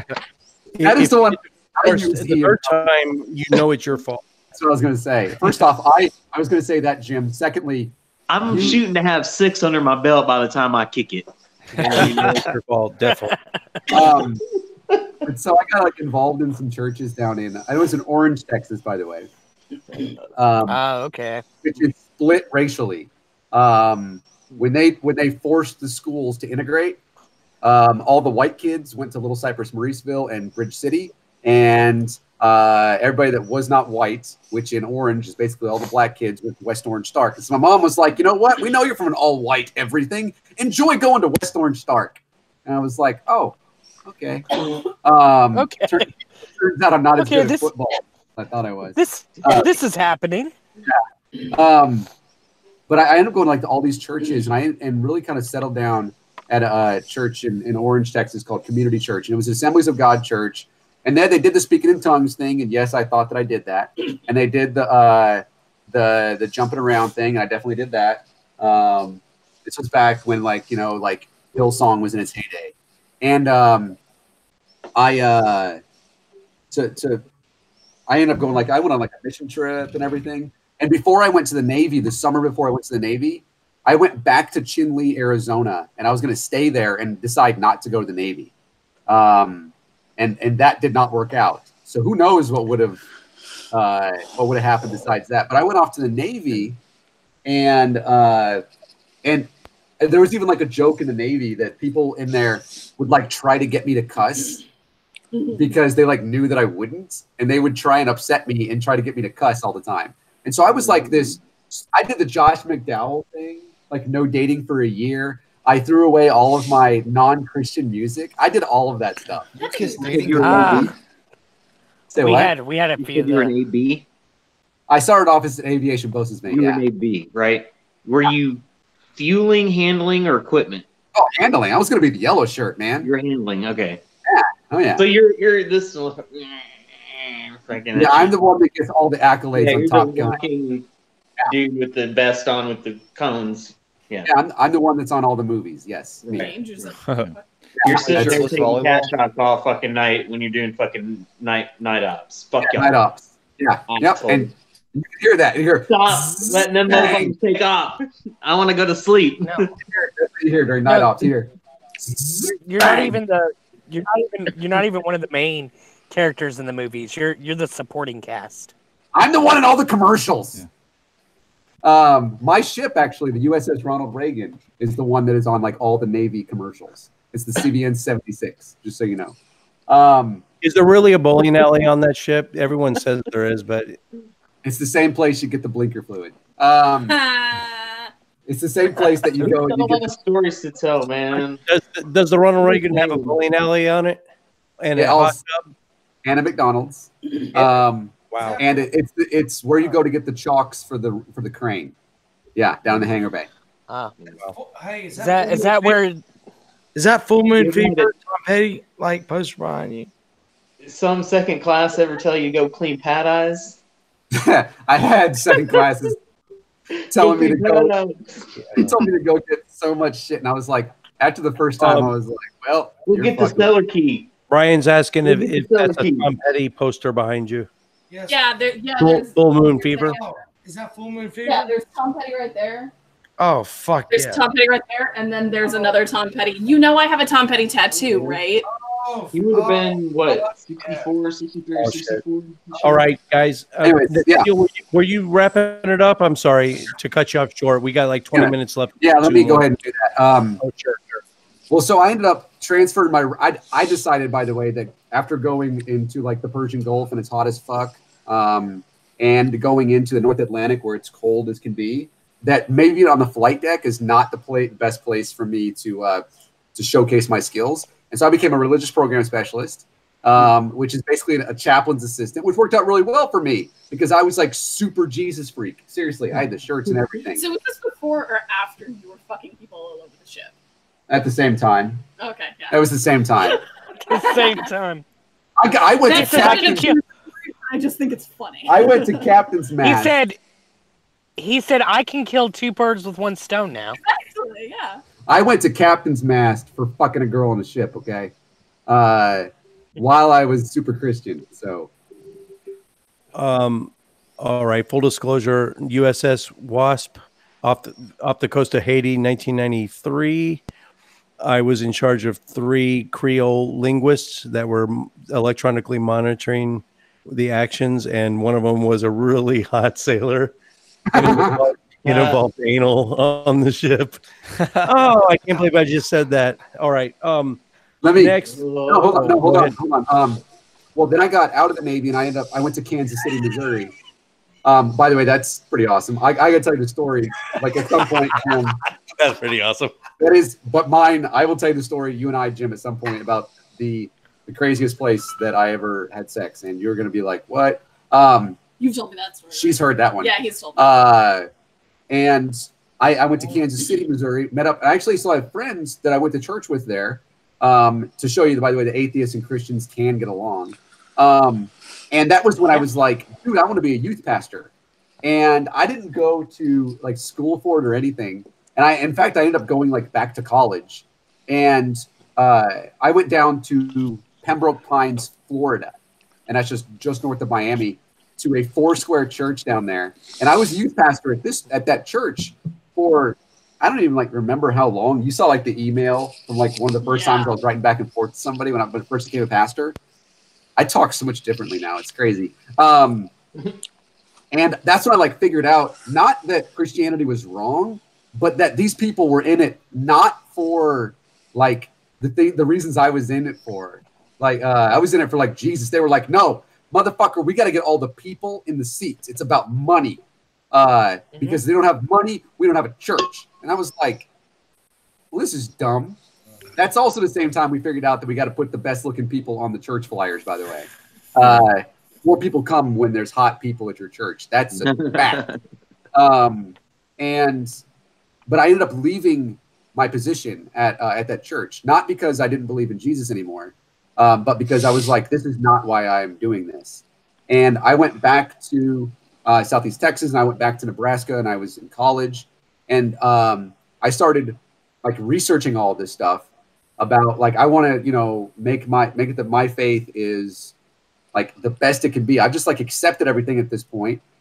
Everything else in my life I don't take on somebody's word at all. You can ask Dennis. He and I, conservative, liberal. Yeah, you know what? I'm doing that. I'm only going to call you Dennis. He and I will have. Yes, it's TJ. It says Dennis. He and I will go round and round about the conservative liberal thing all day long, and I'll require evidence. When it came to my religion, my faith, which is call it that, it was always just like, I'll accept it. And I was like, why am I doing that? And so I started reading it. And then I was like, but I'm not just going to read Christianity. I ended up reading, I think I've been through like 14 different like religious, not just books, but actual like religions at this point. And I was like, oh, none of these are true. You would think that's awesome, but it also extended to Christianity, where it's like, wow, none of this shit's real. And it was really, really difficult for me because I wanted to believe that it was still true, because I had, up to that point, dedicated so much of my life. How much different would the Navy have been? I could have gotten drunk so many times. I feel your pain on that. Yeah. But what makes it better is that you could have cursed. The military to begin with is like such a freaking ultra like religious like organization anyways. They're always promoting stuff that has to do with like religion and Christianity and God and stuff, like always. Yeah. But I even like my late teen, yeah, they are, Richard. Like depends on what unit you're in, I guess. I don't know. My late teens into like my early to my mid 20s, that's some like formative shit, and everything could have been different for me there. And that's why I think that like it was so difficult. I cried, and I like yelled at God one night, and I was like, "Why aren't you answering me? Why aren't you giving me anything? If you exist, why aren't you giving me any of this shit?" And then believers have the audacity to tell you that you didn't sincerely seek him. Yeah. Oh, I know. But I went. You'll say, "Oh, you didn't really mean it," or "You weren't really sincere," or "You weren't. There was some secret sin in your life that prevented you from fucking fully experiencing him," or whatever. TJ, I have a question for you. Oh, okay. A question for you. How do you know that God just wasn't on the can whenever you were asking him to answer you? Yeah, he was in the head. Yeah, he was in the head. That's a great segue, TJ. That's a Bible quote. We got to kind of start putting a bow on this.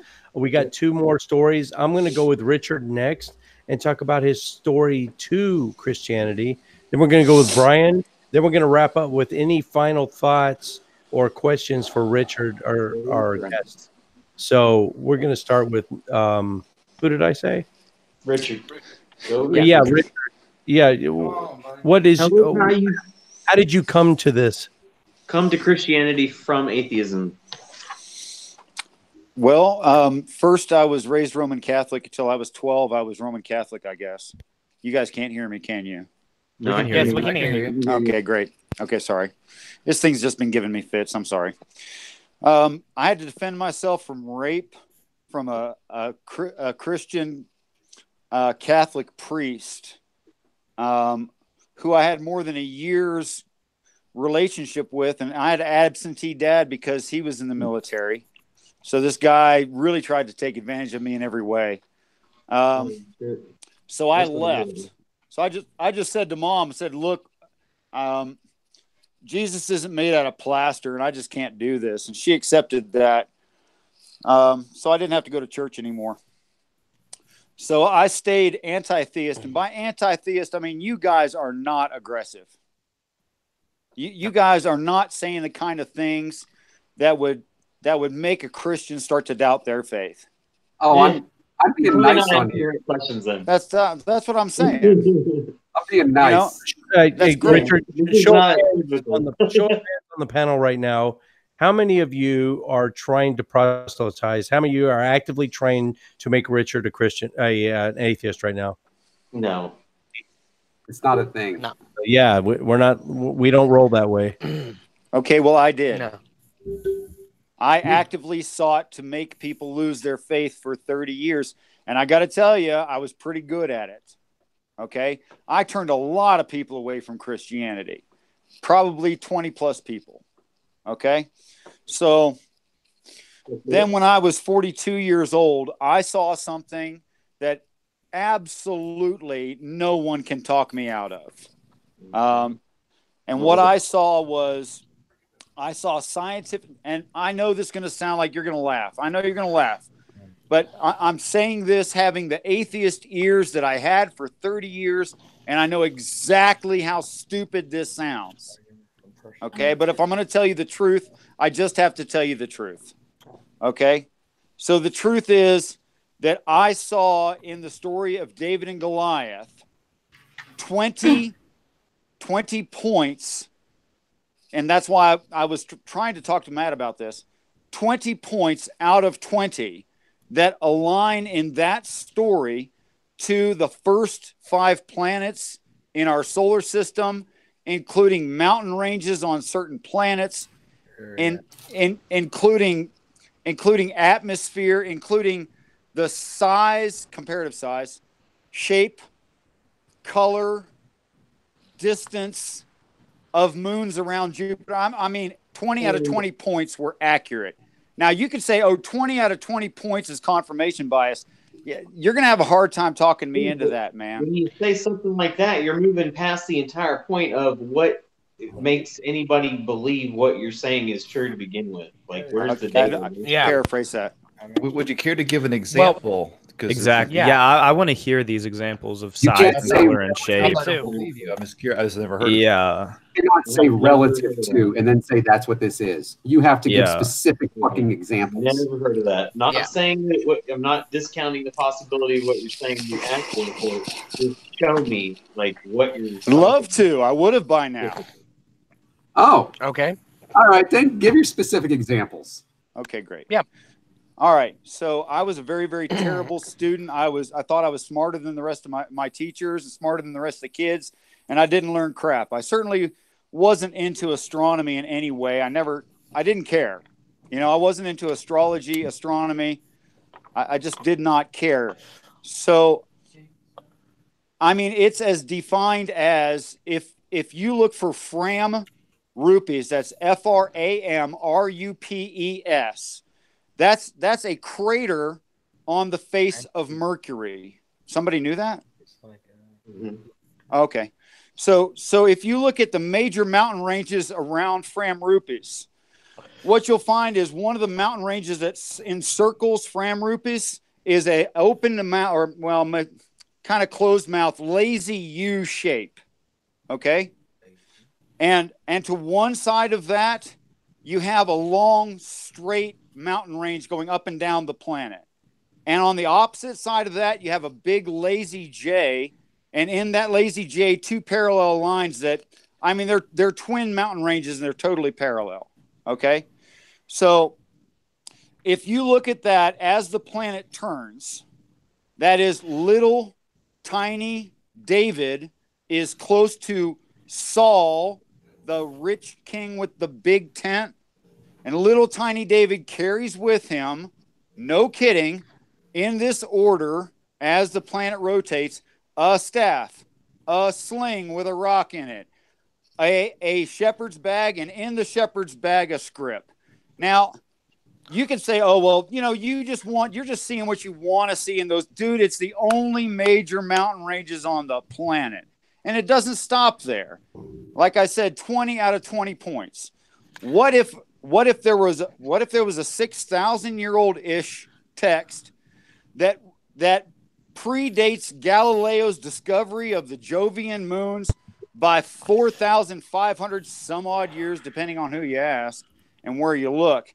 Richard, where there was no, it's pareidolia, dude. What?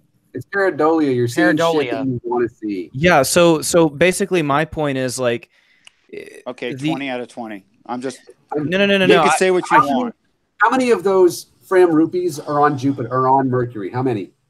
I'm only talking about the one inside the U-shaped mountain range. You should talk about the other 17 that you can see on this list right here alone. That's great. That are not. I'm what you're trying to talking give you about. some kind of a point of reference so you can look at it. All right. Okay. You don't have to look at it. I'm not forcing you. I just tried to. Can I make like a small point here? If you want me to, I'll look up the name of the specific mountain ranges that I'm talking about, and I'll get that to you if that's what you want. Frustrated. This may be a great further conversation, but maybe we should let him get through his stories and stuff. Like I sat here for almost an hour while everyone told their story. I never interrupted once. Okay. Well, we never. To be fair, I mean, you brought up good points to talk about. So yeah, we also only gave like stories about like our personal stories. We didn't try to give evidence as to why we're not theists. Richard, go ahead and continue. I just thought it was my turn. I'm sorry. Yeah, go ahead. Not bad. Okay. So I was not aware of the coloration, comparative sizes, or distances of the Jovian moons over Jupiter, or the fact that it has a storm in it that was there for 400 plus years since Galileo or whoever found it back in 1610. I think it was Galileo. But anyway, okay. So that is the Cyclops or the giant of Gath. I'm not joking. If you look in the biblical text, he's actually called the Gath giant, the giant of Gath. I'm not kidding you. And he ends up with a stone in his forehead. He's got 4 pieces of armament. One that's from the Greek, translated from the Greek as gas giant. Is that what what's you're saying? That? I'm sorry, I can't. Try again. Are you saying that it's translated from the Greek as gas giant? No. Oh, okay. I'm saying the town Goliath is called Gath. He's literally in one sentence called the giant of Gath. Yeah. Okay, you get the joke. It sounds like I have a lisp. Yeah, Gath giant. I think that's funny. That's what. It made me laugh first time I saw that. So what's the correlation? Well, what's the correlation with the Bible? Exactly. That in every religion, everywhere, you have a description of the first 5 planets and the Jovian moons. Oh.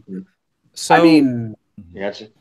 So I just want to make one quick point. So we talk about these like minuscule correlations that could through depending on which way you translate them could every way you translate them. Well, they could prove scientific, but what about the specific scientific claims that the Bible makes time and time again that are literally wrong, not even figuratively? You mean what Christians are wrong about? Well, let me talk just for a second. So we're talking about like these specifics of like what metaphorically is scientifically accurate, which contradicts itself in a sense. But then you talk about like actual scientific evidence that the Bible gives, that claims that the Bible gives that are wrong time and time again, the objective claims that the Bible makes that are 100% wrong. But then we go into these translatable, figurative, metaphorical proofs, but there's nothing, in my opinion, and you're free to believe whatever you want to, and I'm not saying that you're wrong. I don't believe you're right, but you can believe whatever you want. You have to weigh everything together, and it seems like you're favoring this over all of the scientific claims that the Bible makes that are inherently wrong by nature. Like what? Like what? What does it claim? I don't know what it's claiming you're talking about. A celestial body had even formed. What's that? there being light before a celestial body had been? I mean, I can go through a list. The claim that the Earth is 6,000 years old, which blah blah blah, that can be debated. God himself believes that the house or clothes can cause leprosy and details a remedy in Leviticus 13 and 14. Seeds must die before it grows. John 12:24, 1 Corinthians 15:36. Snakes eat dust. Genesis 3:14.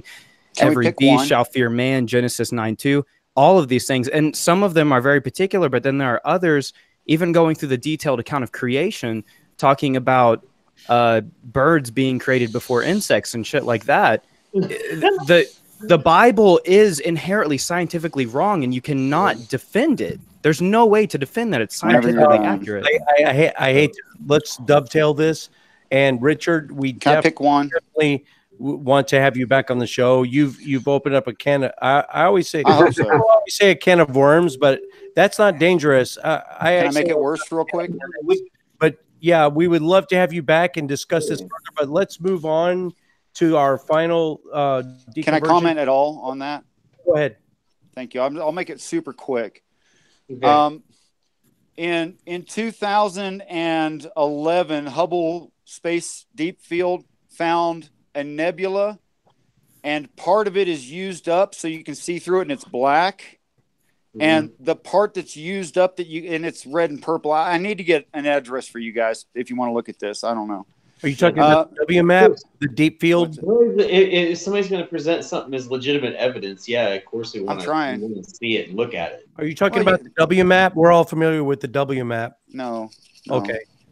It's a specific nebula. Different time, maybe we can actually talk about this. Yeah, this is like a whole debate. Pictures and yeah, that would be great. I'm really interested in coming back. You seem like nice guys. You yes, really do. Definitely. I'm sorry, Richard. I'm so clumsy. This is good. This is really good. So let me wrap that up just real quick. Sure. That one idea. Okay. So the used up part is the same as a relief map that is found in the Euphrates River Basin.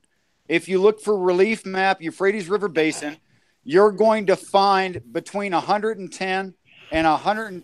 Could you stop laughing so you stop changing the picture, please? You can look between 110 and 120 feet in floodplain above sea level, and you're going to find a relief map in tan and blue. You'll recognize the tan and blue. And it's the image of a serpent, like old people a long time ago dug a serpent in the Euphrates River Basin. Okay? Okay. And this is exactly the same shape as the nebula that is missing a part. It's the shape of a serpent.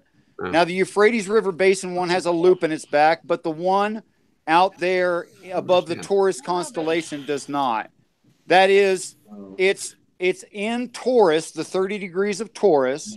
It's about 20 degrees above the plane of our solar system. It is a nebula of gas and dust. It is literally nebula in the solar system. I'm sorry, what? I got to cut it short. I said it's above the plane of our solar system. Yep. I didn't say it's in our solar. Just take less than 30 seconds. Sure. 30 seconds. It is literally crawling on its belly, eating dust all the days of its life, cursed above all of the animals in the field and above the cattle, having great enmity between its seed and the seed of Eve. All right, and with that, we'll turn it back over to Jim to do whatever he needs to do. Listen, Richard, that's interesting as all get out. I'm writing down questions here. I got so many questions for you. We got to have you back on. All right. I'd love to. Thank you. The rest of you be thinking about final thoughts for Richard or final thoughts in general or any plugs after this. Oh, shit. Hey, guys. Look, I know this stuff sounds crazy. I'm sorry about that. It's just what I see. It's all good, man. So I'm Brian. Beach. Hi, Brian. Hello, Brian. Hey, what's up, guys? Yeah, so, I've got kind of a, not too interesting story of deconversion. Tell us, man. Yeah. I grew up in Christianity for about 30 years. Louisiana. Lived in Texas for about 20 years. father was a elder in the Bible Church in Shreveport, where I grew up. He deconverted back in the late 90s. Actually, it had been going on for much longer for him before then. I fought him tooth and nail for about 7, 8, 9 years after he came out to me. Yeah. And I'll keep it short and sweet. I love the came out thing with atheism. Yeah. Be in the closet about that, man. No, I mean, Man. you know, we all grew up in Northwest Louisiana, and he was living in North Central Washington at the time. And I remember specifically like going up there, hanging out with him, you know, camping out. Hey, Dad, you know what? I can accept you don't believe Jesus is your Lord and Savior, but I can't accept. That's very nice of you. Yeah, I cannot accept you don't believe there's a God, right? Language. So, you know, yeah, it was a metamorphosis, right? Yeah. It took years and years. You know, contrary to popular belief, it took a long time. I'll say this: it started with John Shelby Spong, liberal Christian. Went from there to Who is that, if you don't mind? John Shelby Spong. Yeah, I don't know who that is. Very liberal bishop. Yeah, very, very liberal bishop. Okay, thank you. Episcopalian bishop. Yes, Episcopalian bishop. Bring up that your dad was an atheist before you. Yes, he was. Absolutely. All right. Yeah, he was an atheist like in late 90s. Yes.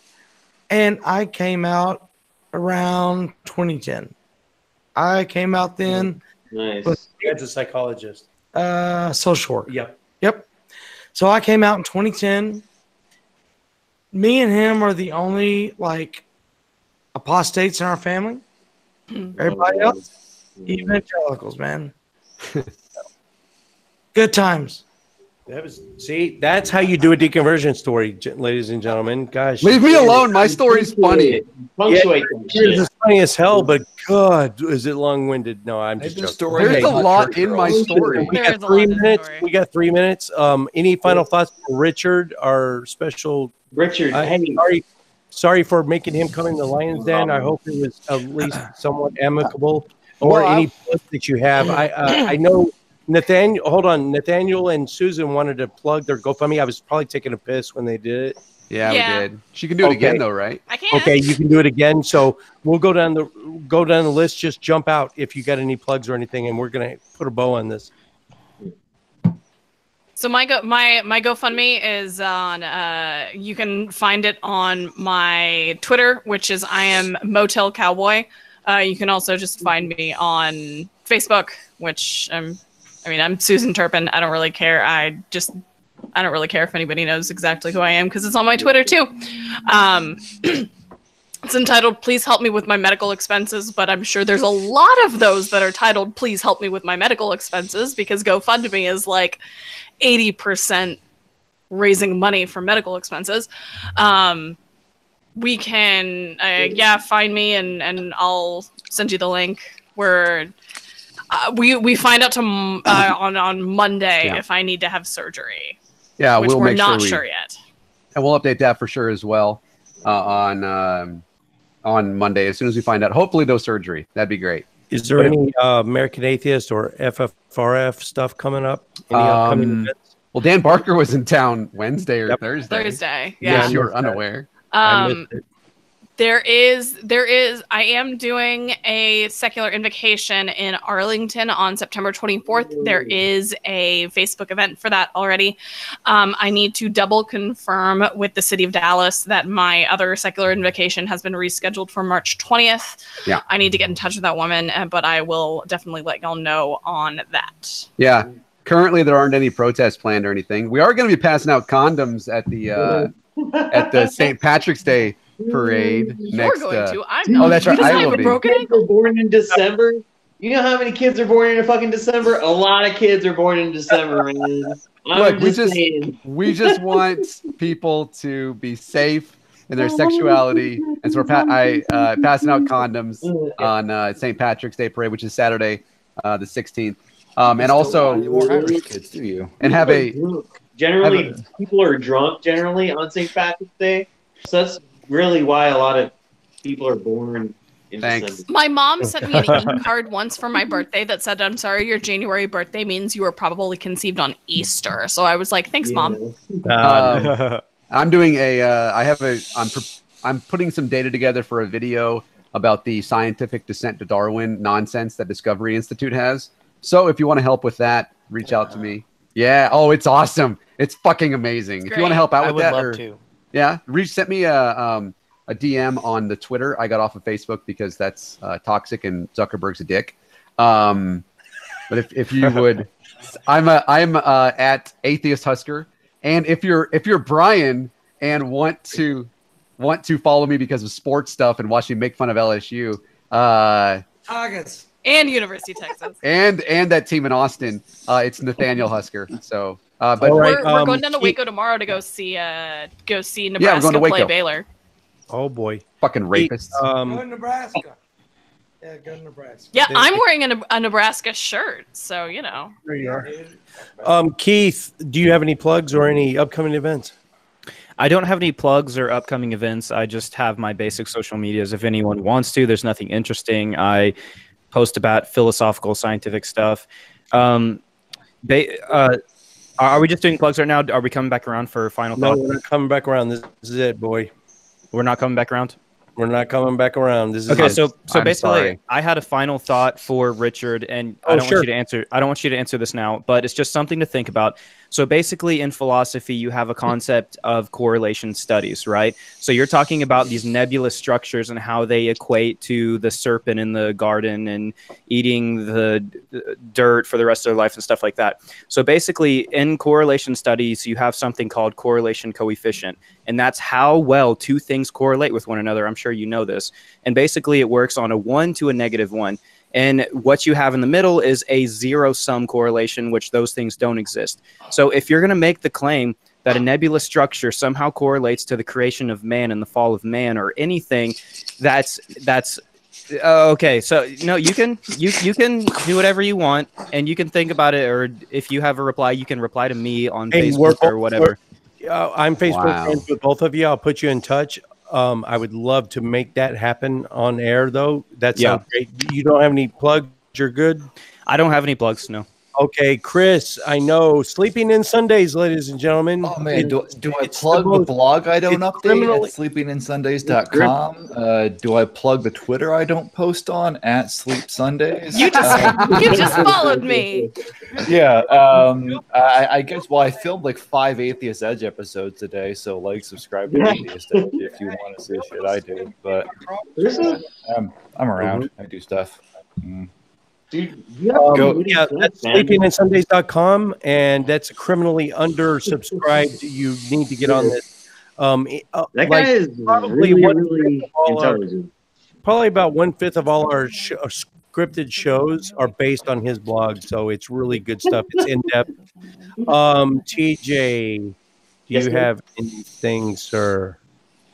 No. No. Okay. Let's see. I'm making a slog through MTG Arena that I'm like streaming every so often on Twitch. But say it again. I mean, it's all good. I have a couple of debates coming up. Is the resurrection of Jesus historical? And then in the fall, it's not going to be at NC State University anymore because their like chaplain person got fired. I'm not asking why. And that one is going to be over in North Carolina at a university, and that one is, does the Christian God exist? So that's in the fall. Where can they find those events? I believe that we are going to be doing the resurrection one on the Non Sequitur show. So there's a unpaid shouts to the Non Sequitur show. Don't give him any more fucking. He's already popular enough. Hey man, that's where we're going to be doing it. You asked.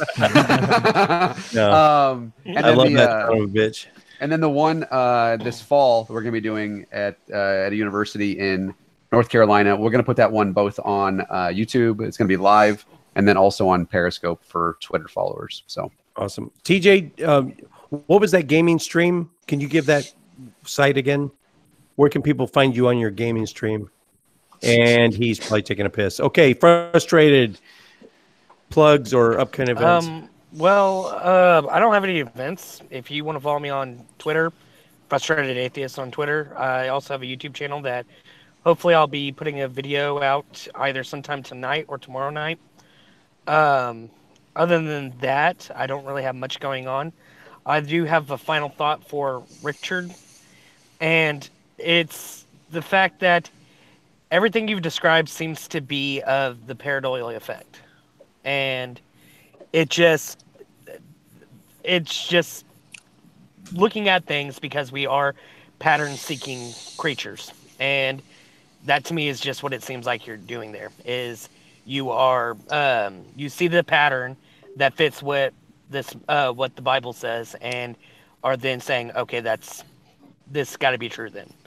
But yeah. Okay, let's see. Susan, did Nathaniel cover everything, or do you have anything?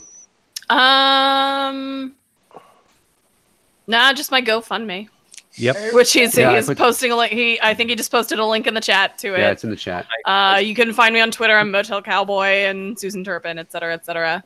I post a lot about reproductive justice and things of that nature. So, Nathaniel. Yeah, Brian.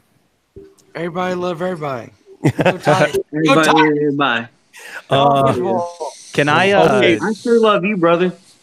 Could I do? Of course, Matt's not here anymore, but of course, you know where to find his ass. No one needs to any shout out for him. And Aaron Raw and Matt Delaney and Conor were here for, working on 10 hours now, just doing pre-recording. So be looking for that. Rich, I'll end with Richard, then I'll do my plugs. Hey, LSU won. They have one of them. Richard, do you have any plugs or upcoming events? Yes, sir. Yes. Okay. So I just did a debate the other day. Not a debate. It was a discussion on the Skylar Fiction Show. All you guys know Skylar Fiction? Yes, sir. We do. Yes. Okay. So we had a fairly in-depth conversation. I didn't get to do that tonight here, although I was told I would. It kind of didn't get around to that, and that's cool. We covered some stuff, but really, everything that I've said here tonight was the weakest arguments I have. Okay.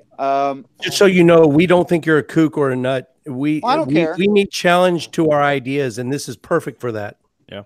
Well, it's so much more deep. It's not Look, guys, I was on your side for 30 years. I'm not kidding you. I'm not making that up. I can introduce you to people that I deconverted away from Christianity. No joke. Okay. So I was on the side of atheism and or agnosticism, and I wasn't accusing anyone of being either one. I'm just saying generally speaking. Okay. So I know about confirmation bias. I know all these studies you're quoting me. You're wasting your time, man. Okay. I don't think any of us said that it was confirmation bias, though. We said pareidolia effect. Thanks for getting into the semantics of it that didn't matter. I'm certain we can get into that on a different conversation. I'd love to. I'm excited to talk to you in the future. I really am. I am barely containing. She can tell you this is my almost I'm gonna orgasm face. It's real. We have he's an acolyte of Hugh Ross, and I cannot remember he's going to kill me for not remembering his name. Another Christian that we want to have on, but you are on a very, very short list of people we want to have back. Thank you. And really, guys, I want to reinforce what I said before. I want to say it twice so you know that I'm serious. I congratulate you on your unbending morality that you deconverted out of something you could not agree with. I congratulate you on your logic. I really do. I think that's so important. Okay, you guys are thinking people who weren't able to bend, and I think that's great. It was fun talking to you, man. We're equal in the fact that Christians can't agree on anything either. But there's 41,000 denominations of Christianity. But but they're all wrong. Okay. We agree. Hey, wow. Some of you Pastor Wilson we had on the show. He says, and by the way, Oh, go ahead. So good talking to Nathaniel and Susan, man. I always love fucking talking to those guys, man. Yes, thank you guys. Thank love you them. everyone for coming They're on. good people, and I enjoy talking to them anytime I talk to them. Our only 2 upcoming events, and since it's live, I can actually do upcoming events. It's either the 13th or 15th. If you subscribe to the Atheist Edge, Facebook and YouTube, it's either 13th or 15th. I'm going to be on Scientist Melody. Oh, nice. We are talking. Yeah, you know her. You guys know her. Yeah, I know Mel. Yep. We're going to be talking about Michio Kaku, a astrophysicist. We're going to be talking about futurism and transhumanism and artificial general intelligence, and that'll be fun. And then on the 29th of this month, guess who we have in person? Frank Turek. Frank fucking Turek. How did no? Oh, I was going to say. How did you want to get debate that? him. No way. We got Frank fucking Turek Are coming you serious? I will person. definitely be I will watching destroy that. that. Oh my! guy. I'm gonna go and beat my head against a fucking wall. If you want to go, you got to sign He's up gonna be because sitting- that's going to fill up. Now here it is. Go to super damn fast. atheistchristianbookclub.com. If you live in the Dallas-Fort Worth area, it's going to be limited seating. I mean, last time Connor's dad showed up, 50 plus people, we had to turn people away. We had 3 rooms filled up with people. And Frank Turek, nothing against your dad, but when Frank Turek shows up, it's going to be crazy. There's a lot of Christians there. You've got our RSVP now. Yeah, well, to be fair, Aaron is an honest person. Can I come on and destroy Frank Turek? I think- Would that be okay? Please. Yeah, get a theist I'm to do it serious. I again. really can. Fuck, I hate that guy. All right, guys, that is it. Thank you for watching, and we will see you next time. I never gave the name of the only video I've done besides this. If What that's okay. was it, Richard? It's under my actual first and last correct name, Richard Madsen. Okay, Richard so Madsen, Skylar Fiction, Richard Madsen. I'd really appreciate some serious critiques. All And right. you guys could provide some really intelligent critiques to the opposite side of what my friends would say. Here's a great way to get in touch with each other. Leave a comment in this video, and that's how you can reach each other via Facebook and then friend each other. That's how it works usually. I'm on Twitter. Fuck Facebook. And we really want to thank everybody that's supporting the show by getting involved in the comments in the live chat, because we got Shannon Q of Apology. No, it's up Shannon Q, not Apology. Shannon Q of Shannon Q. Yeah. So Leave Paul at home. we have some amazing people in the live chat talking. We have Nathaniel actually engaging with people in the chat and talking to folks. So it's good. We always want to have more people talking about stuff and just sharing stories and having conversations. You just reminded me. Cincinnati, 19 to 23 April. 18th to the 21st. It's 19 to 21, yeah. 19 to 21 April, we may or may not be at the Cincinnati Atheist, American Atheist National Convention. I'll be There there. you go. There you go. So we've got all kinds of swag. We got T-shirts. We got keychains. We got bumper stickers ready to pass out. And if we are not there, don't fret, because the week after that, April 27th, we're going to be here in Dallas for the Faithless Forum, and we'll be giving away all that shit then. Yeah. Well, I mean, And here's the cool part. If you come up to me, not only do you get all that swag, you get a chance to be on camera and answer some of our fucked up religion trivia quizzes. Wait, does that include me? yeah, does that include me? Yes, I want sir. to take the quiz. Yes. By the way, Jim, if you guys can't make it up to Cincinnati, give Susan and I some of your swag. We'll Oh, beauty. Okay. Yeah, I'm going. much love yeah. for you, bro. All right. All right, guys. Only Thank you. because the bald guy's sitting next to you. That's the only reason why. I think. All right, guys. Thank you for watching. Before we go, can I apologize for something? Sure. When Frustrated Atheist was telling me the 20th time how to unmute it, and I'd already done it like several times, I owe him an apology because I became frustrated, and sir, I'm sorry. Look, Nah, it takes a lot to get under my skin. So, But did you become a frustrated atheist? That's the question. End the video on that one. Frustrated atheist. You only have like, I don't know if he plugged himself, but he He's only got like 200 or 300 subscriptions, which is criminally unsubscribed. How many subscriptions do you have, Frustrated? Oh no, I'm if I haven't reached it yet, I'm close to 500. 500, okay. I have like 3. Criminally unsubscribed. You guys go to Frustrated Atheist right now, right after we go off, and go subscribe to him. All right, guys. Okay, one last thing, guys, before we go. Yeah. Airing at the same time was Shannon Q on Modern Day Debate. The same time I was on Skylar Fiction's show. And in the same amount of time, in the first 24 hours, I beat her by over 400 views. Nice. Wow. And she's pretty. And I'm not. It's not about being pretty. Oh, don't tell me that doesn't help. There's nothing wrong with that. I mean, you said the whole thing about the church but girls. she's also pretty. That's when I was a Christian. There's argument over if there's a direct correlation between showing cleavage and getting views, but I'm a of course I'm there a is. fat, Yes. nasty brain, and I still have 5,000 views, so 5,000 subscribers. So fuck it. Oh, do I need to show? No. Okay. All right. That's it, guys. Thank you. Thanks.